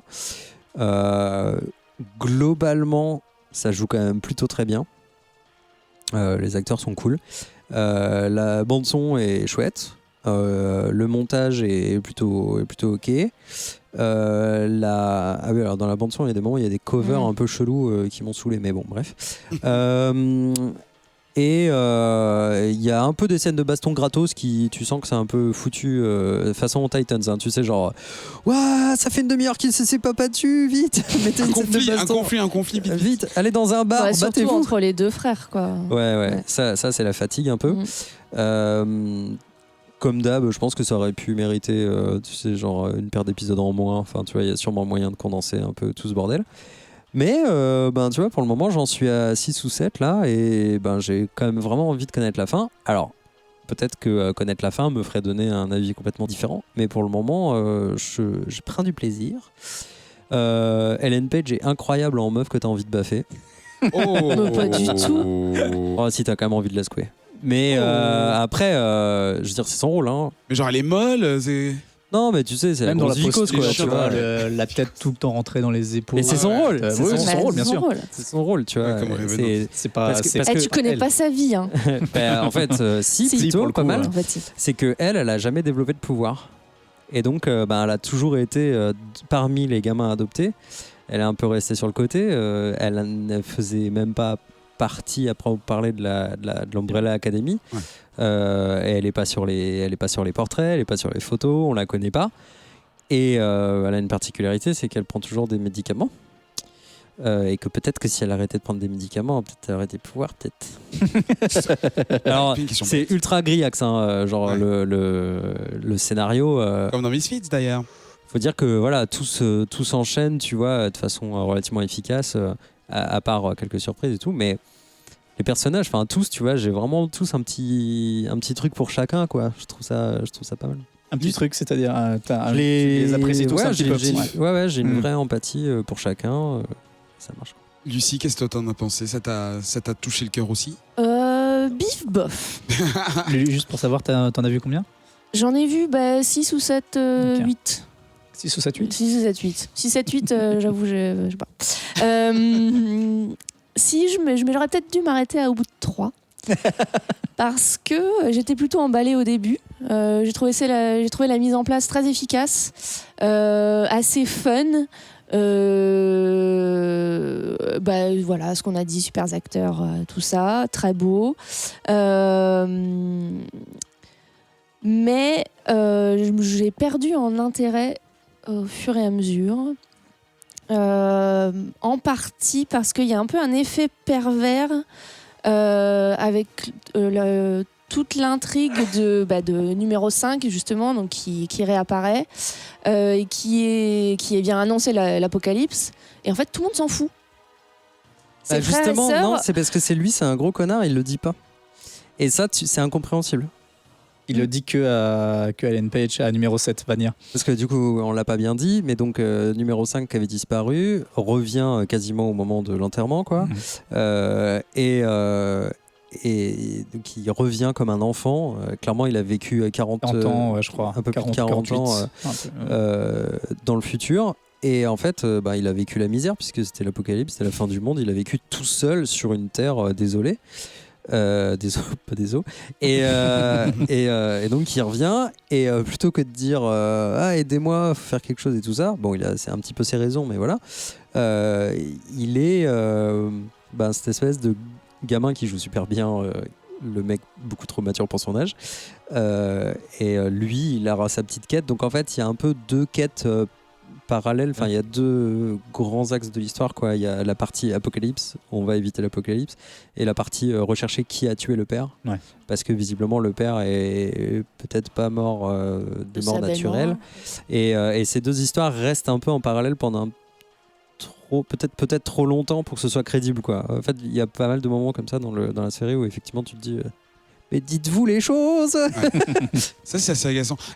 Moi, je me demande si c'est pas nous qui sommes devenus impatients ou si, du coup, les scénaristes gardent les mêmes procédés et ils ne pensent pas... Non, mais il y a des trucs qui sont juste...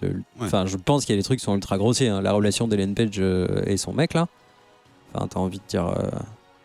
Bah moi, à la limite, c'est ce qui m'intéresse le plus, tu vois. Qui n'existe pas dans le comics, hein, du coup. Ah ouais.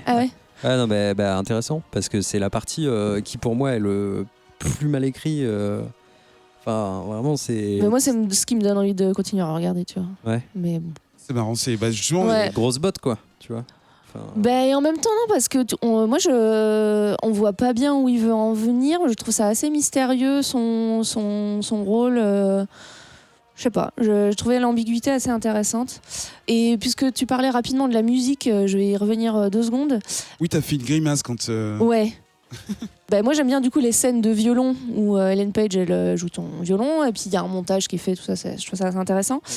Par contre la scène dans le rayon vêtements du supermarché où il y a Don't Stop Me Now de Queen qui se lance, avec donc une scène d'action qui est pas très bien et c'est ce que je disais tout à l'heure, enfin il y a quelques scènes d'action à base de split screen. Il y a numéro 5 qui fait ses jumps dans l'espace là, qui se téléporte. Voilà, ça m'a un peu rappelé les mauvaises heures du teasing de Suicide Squad, avec cette il y a des chansons qui sont illégales maintenant, donc mais voilà, ça j'ai trouvé ça un peu grossier et un peu genre regardez, on est déjantés, mais en même temps tu les vois en train de se regarder être déjantés et fatigue. Sam? Ouais, et moi du coup j'en ai vu que 3 pour le moment, j'ai pas eu le temps d'en voir plus, mais pour le moment j'ai adoré. Visuellement c'est très très très beau, c'est vraiment léché, les plans sont vraiment bien foutus, les choix graphiques notamment pour le sœur, le numéro 1 sont vraiment malins. Le choix de cette grosse veste, sa carrure, ça marche tellement bien, et puis par rapport à ce qu'il est dans le comics, c'est bien joué aussi. Il est quoi dans le comics? En fait il a un corps de gorille et une espèce de combinaison mécanique par-dessus, quoi, avec des tuyaux et des... Donc pour le coup il peut pas le cacher à sa famille, quoi. Il le cache pas. Ouais. Voilà la différence avec non, c'est pas lui. Excuse-moi. C'est pas très radiophonique. Non, excusez-nous. Il y a beaucoup de choix qui sont faits. Ouais, les personnages, même au niveau des pouvoirs, ils sont pas tout à fait identiques. Et c'est chouette. Ils ont fait aussi d'autres ils ont fait d'autres parties pris. Ils ont pris d'autres parties. Ouais, bref. Ils ont fait le choix d'un. Merci Eric. Par exemple. Au pif total. Le personnage, moi j'ai lu que le tome 1 d'Umbrella Academy en comics. Le personnage de Ben ne revient pas comme il est là en arrière-plan, et il y a beaucoup de choses qui sont différentes en fait. Du coup t'as ton histoire qui se crée, qui est un peu parallèle à celle de, enfin pas parallèle parce que ça raconte quand même un peu la même chose mais de façon très différente, et je trouve ça très intéressant. Du coup c'est agréable de revoir cette version là. Et dans l'idée, moi ça me fait un peu penser du coup à du Watchmen, la série. Complètement. Ouais. J'ai À une beaucoup lu intrigue de trucs comme famille. ça. Bah, de toute façon, voilà, l'espèce de super groupe qui se réunit parce qu'il y a la mort de l'un d'entre eux, entre guillemets. Exactement, alors qu'ils sont complètement éclatés, qu'ils s'apprécient plus, qu'il y a Ouais, bien une sûr. grosse intrigue sur justement une une fin menace. du monde ou quelque chose qui Et ils est. doivent se reformer. Exactement. Ouais, clairement. Et c'est bien foutu. Non, moi j'accroche complètement, j'ai vraiment hâte de regarder la suite. Et J'ai l'impression que c'est un petit strike avec des réserves ici et là. Non, mais moi j'étais content parce que clairement j'étais saoulé des séries Marvel. Ça tombe bien, elles sont toutes finies là. Elles sont toutes arrêtées. Voilà. Sur Netflix, mais. Oui, Et- c'est vrai. ouais. On a de Et l'espoir. autant j'avais quand même un petit plaisir coupable avec Titans, mais j'étais pas overhype comme Alex et Zef, tu vois, parce que ça reste quand même vraiment voilà. Maintenant, tu vois, enfin bon. Non, mais dire c'est ça un cran au-dessus. Voilà. Mais c'est Comment pas... dire ça avec élégance, ça reste quand même une adaptation de comics. Enfin, Ouais. tu vois, c'est un peu débilos quand même. Enfin, faut pas non plus s'attendre. Alors, en langage normal, ça assume son côté comics. Ça assume. Oui, disons ça. Ça y va à fond. Ou... Ouais, je sais pas s'il faut le dire comme ça. Bon, enfin, Ça fait pas Non, mais forcément je- l'effort d'aller beaucoup plus loin que Oui, ça. voilà, ouais. Après, justement, tu disais que les séries Marvel, enfin, je rappelais que les séries Me fait dire. Marvel allaient s'arrêter. Mais là, du coup, rien qu'en février et mars, on a beaucoup de choix. Il y a The Boys, là, qui va arriver. On parlait de la série Watchmen, et la série Watchmen. Doom Patrol. Doom Patrol. Et il y en a une autre de ce calibre que j'ai oublié, mais qui a déjà commencé, mais... Si, Deadly Class. Deadly Class, voilà. Ah ouais. Ah oui, oui. Donc là, 2019, ça va être l'année, pardon, on va comparer un peu, beaucoup plus frontalement les séries un peu highbrow. Avec des images, quoi. Voilà, en Ouais, plus. indé, ouais, voilà. Mais est-ce que ça aurait pas gagné à être adapté en série animée?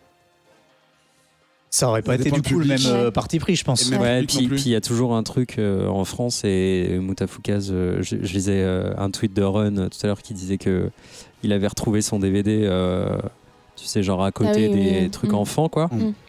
Bah ouais, voilà, en fait, il y a toujours vrai. un truc, et c'est pas vrai C'est fou, que quand en même. France, hein, c'est vrai partout. Genre, série animée égale pour les enfants. Ouais. Et clairement, Umbrella Academy, peut-être que ça fonctionnerait de ouf en série animée, mais n'importe quel producteur dirait faut l'adapter pour les enfants, quoi. Non, mais moi, tous les jours, je me bats Ou avec des distributeur. clients qui me disent je reprends l'anglais ou n'importe quoi, donnez-moi une bande dessinée. Parce qu'ils pensent que c'est par le biais de quelque chose d'enfantin et D'enfantin. facile Mm. qu'ils vont pouvoir lire plus facilement. Et quand je leur montre, voici une bande dessinée, donc je leur mets Descender ou un truc bien, bien tordu, et il faut, c'est un peu dire, oui, espèce de personne qui ne réfléchit pas. Parce qu'en fait, je pense qu'on l'associe beaucoup trop à l'enfance, parce qu'en France, on a énormément de produits pour ces âges-là qui peuvent se lire à partir de bas âge, entre guillemets. Et je pense que ça colle pendant longtemps. Et Pendant même toute combat avec l'adolescence- les jeux vidéo. Pendant toute même l'adolescence, combat- parfois c'est honteux de lire des bandes dessinées. Enfin, c'est genre t'en lis encore, un peu comme les céréales, tu vois.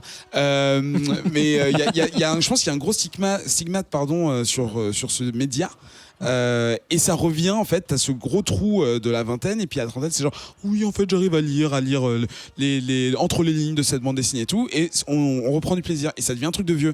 Et du coup je pense que la cible de Dark Horse Entertainment, DC, Marvel et compagnie, c'est pas les enfants, c'est pas les papis, c'est ceux qui ont de l'argent à ce moment-là, donc les générations Y là. Et eux, si tu leur mets des dessins animés ou des cartoons, je pense que par exemple Rick et Morty, à mon avis, ça doit pas du tout marcher chez eux, ça marche au-dessus. Je pense que c'est notre génération qui est touchée par Ouais, ça. ouais. Non, si tu veux, regarde toutes les séries pour ados, c'est du live action. Enfin, c'est le jour où ils décident de faire un truc sentimental avec des problèmes d'adolescents, ou enfin avec les mêmes thématiques mais en animé, en animation. Je sais pas. Si personne l'a fait, c'est qu'il y a clairement un problème démographique qui refuse ou qui ne tolère qui sont ou une peur moins de pour prise- eux, un manque de prise de risque aussi des producteurs et des. Ouais, après il faut à un essayer. moment aussi, hein. ouais, des c'est diffuseurs, ça, enfin, et des diffuseurs, ouais. Parce que par exemple, Teen Titans Go, qui cartonne, Ouais. mais c'est juste qu'ils ont complètement baissé la tranche d'âge, et qu'en fait, il y a ce plaisir coupable de jeunes adultes et d'adultes de le regarder parce que, oui, on comprend cette blague aussi et ce genre de choses. Mais à Et la base, direct c'est sous pour DVD en France, je crois. le film, ouais. Et la série, elle est pas diffusée sur une chaîne de télévision, même payante. Non, c'est. On s'en fout. Mais c'est bien qu'on parle des enfants. Je vais vous expliquer ça tout à l'heure. C'est la fin de cette émission. Je vous parlais d'enfants. Ouais. j'ai une nouvelle à vous faire. Tu vas avoir un enfant? Jamais de la vie. Dans 2 semaines. Tu n'en voles pas, hein?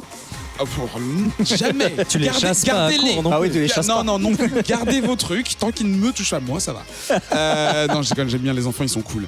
Parce qu'après, Que les enfants te touchent. Attends. Non, dans 2 semaines, c'est l'émission numéro 114. Et qu'est-ce qu'on fait, Sam, dans la 114? Ah, on parle aux enfants?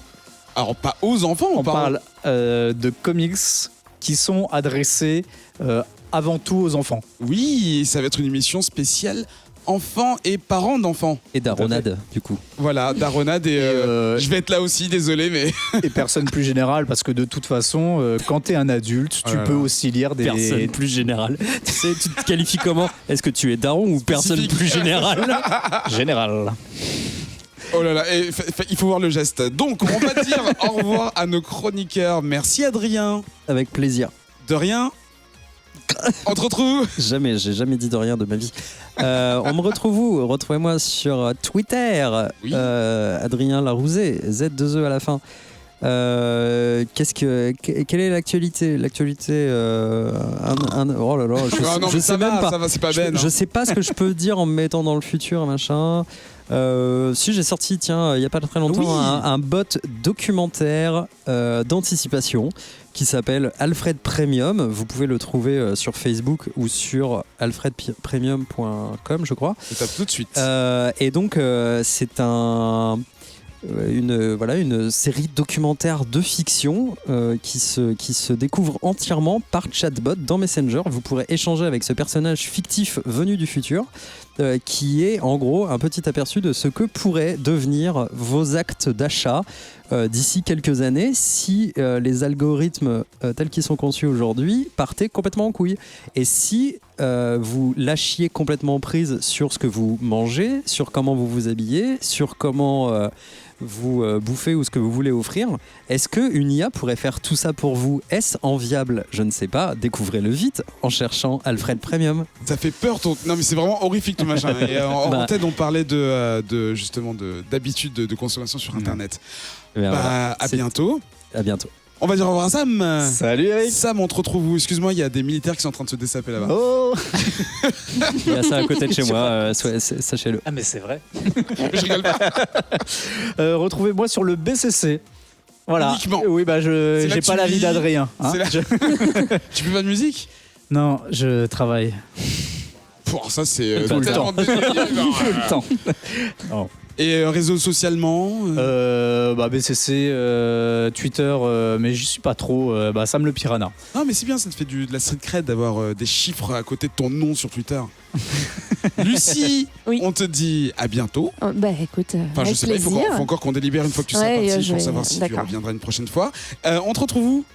Eh que bien, tu es écoute, présent sur dans les dans les salles de cours principalement. Ah, à la fac d'Amiens? Ah, c'est ça, la fac d'Amiens. Fac Amiens, très, très grosse fac, s'il te plaît. Et puis, dans le Bouya Comics Club. Hein. Et toi, Eric, où est-ce qu'on te retrouve? Merci de jouer le Zef. @EKDESUNE sur Twitter. Et c'est tout parce que je vais quasiment pas sur le Bouya Comics Club, sauf que pour corriger les fautes d'orthographe des autres. Merci de nous écouter comme d'habitude. Vous pouvez retrouver les épisodes sur toutes vos applications de podcast préférées. Et n'hésitez pas à liker sur iTunes et à regarder nos vidéos sur YouTube et à les partager en masse. À bientôt. Ciao. Ciao. Bye. Bisous, bisous. Au revoir. Oh mais attends, Salut. ils sont plusieurs en plus. Il y a plein de fenêtres ouvertes là. J'avoue. Ouais. Adrien Ouais. tire ses rideaux. Oui, C'est c'est pas ça. possible. C'est quoi ces gens? Ils En sont fait, quatre avec des micros. mais tu sais- en train de voir. En fait, des fois, donc c'est marrant parce que j'ai donc un miroir en face de moi qui me permet de Ah oui, voir tu vois, il y a derrière que moi qui moi vois pas en fait. et qui fait que, en fait, parfois ils nous regardent Oui, oui. Eh oui. Ils nous regardent Tout à l'heure, il y en par a un qui était en train de fumer. et ils doivent se dire vraiment, mais que font ces Avec gens clairement, alors là, il y a une salle de qui- bain ou un truc comme ça. Ils sont en qui train de se regardent laver les tous dents. vers le mur? L'arrière. Je crois qu'ils font ces gens-là font des podcasts sur les gens qui se déshabillent. Alors Ça s'appelle Entre. Putain, mais oui. Pompier à poil outcast. Est-ce que c'est le moment où on trash le podcast verse francophone? Allez. Non, c'est pas le moment. Eh ben non, On parce sait que ça nous- t'as envie. Nous, sait on t'as est envie mieux que ça. Allez, salut. Bye.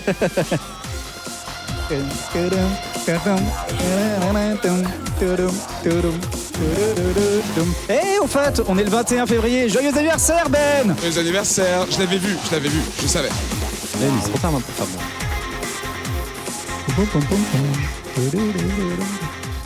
Ce qui passe, c'est rien. Tu peux pas faire la musique. Le train qui passe ne dessert rien.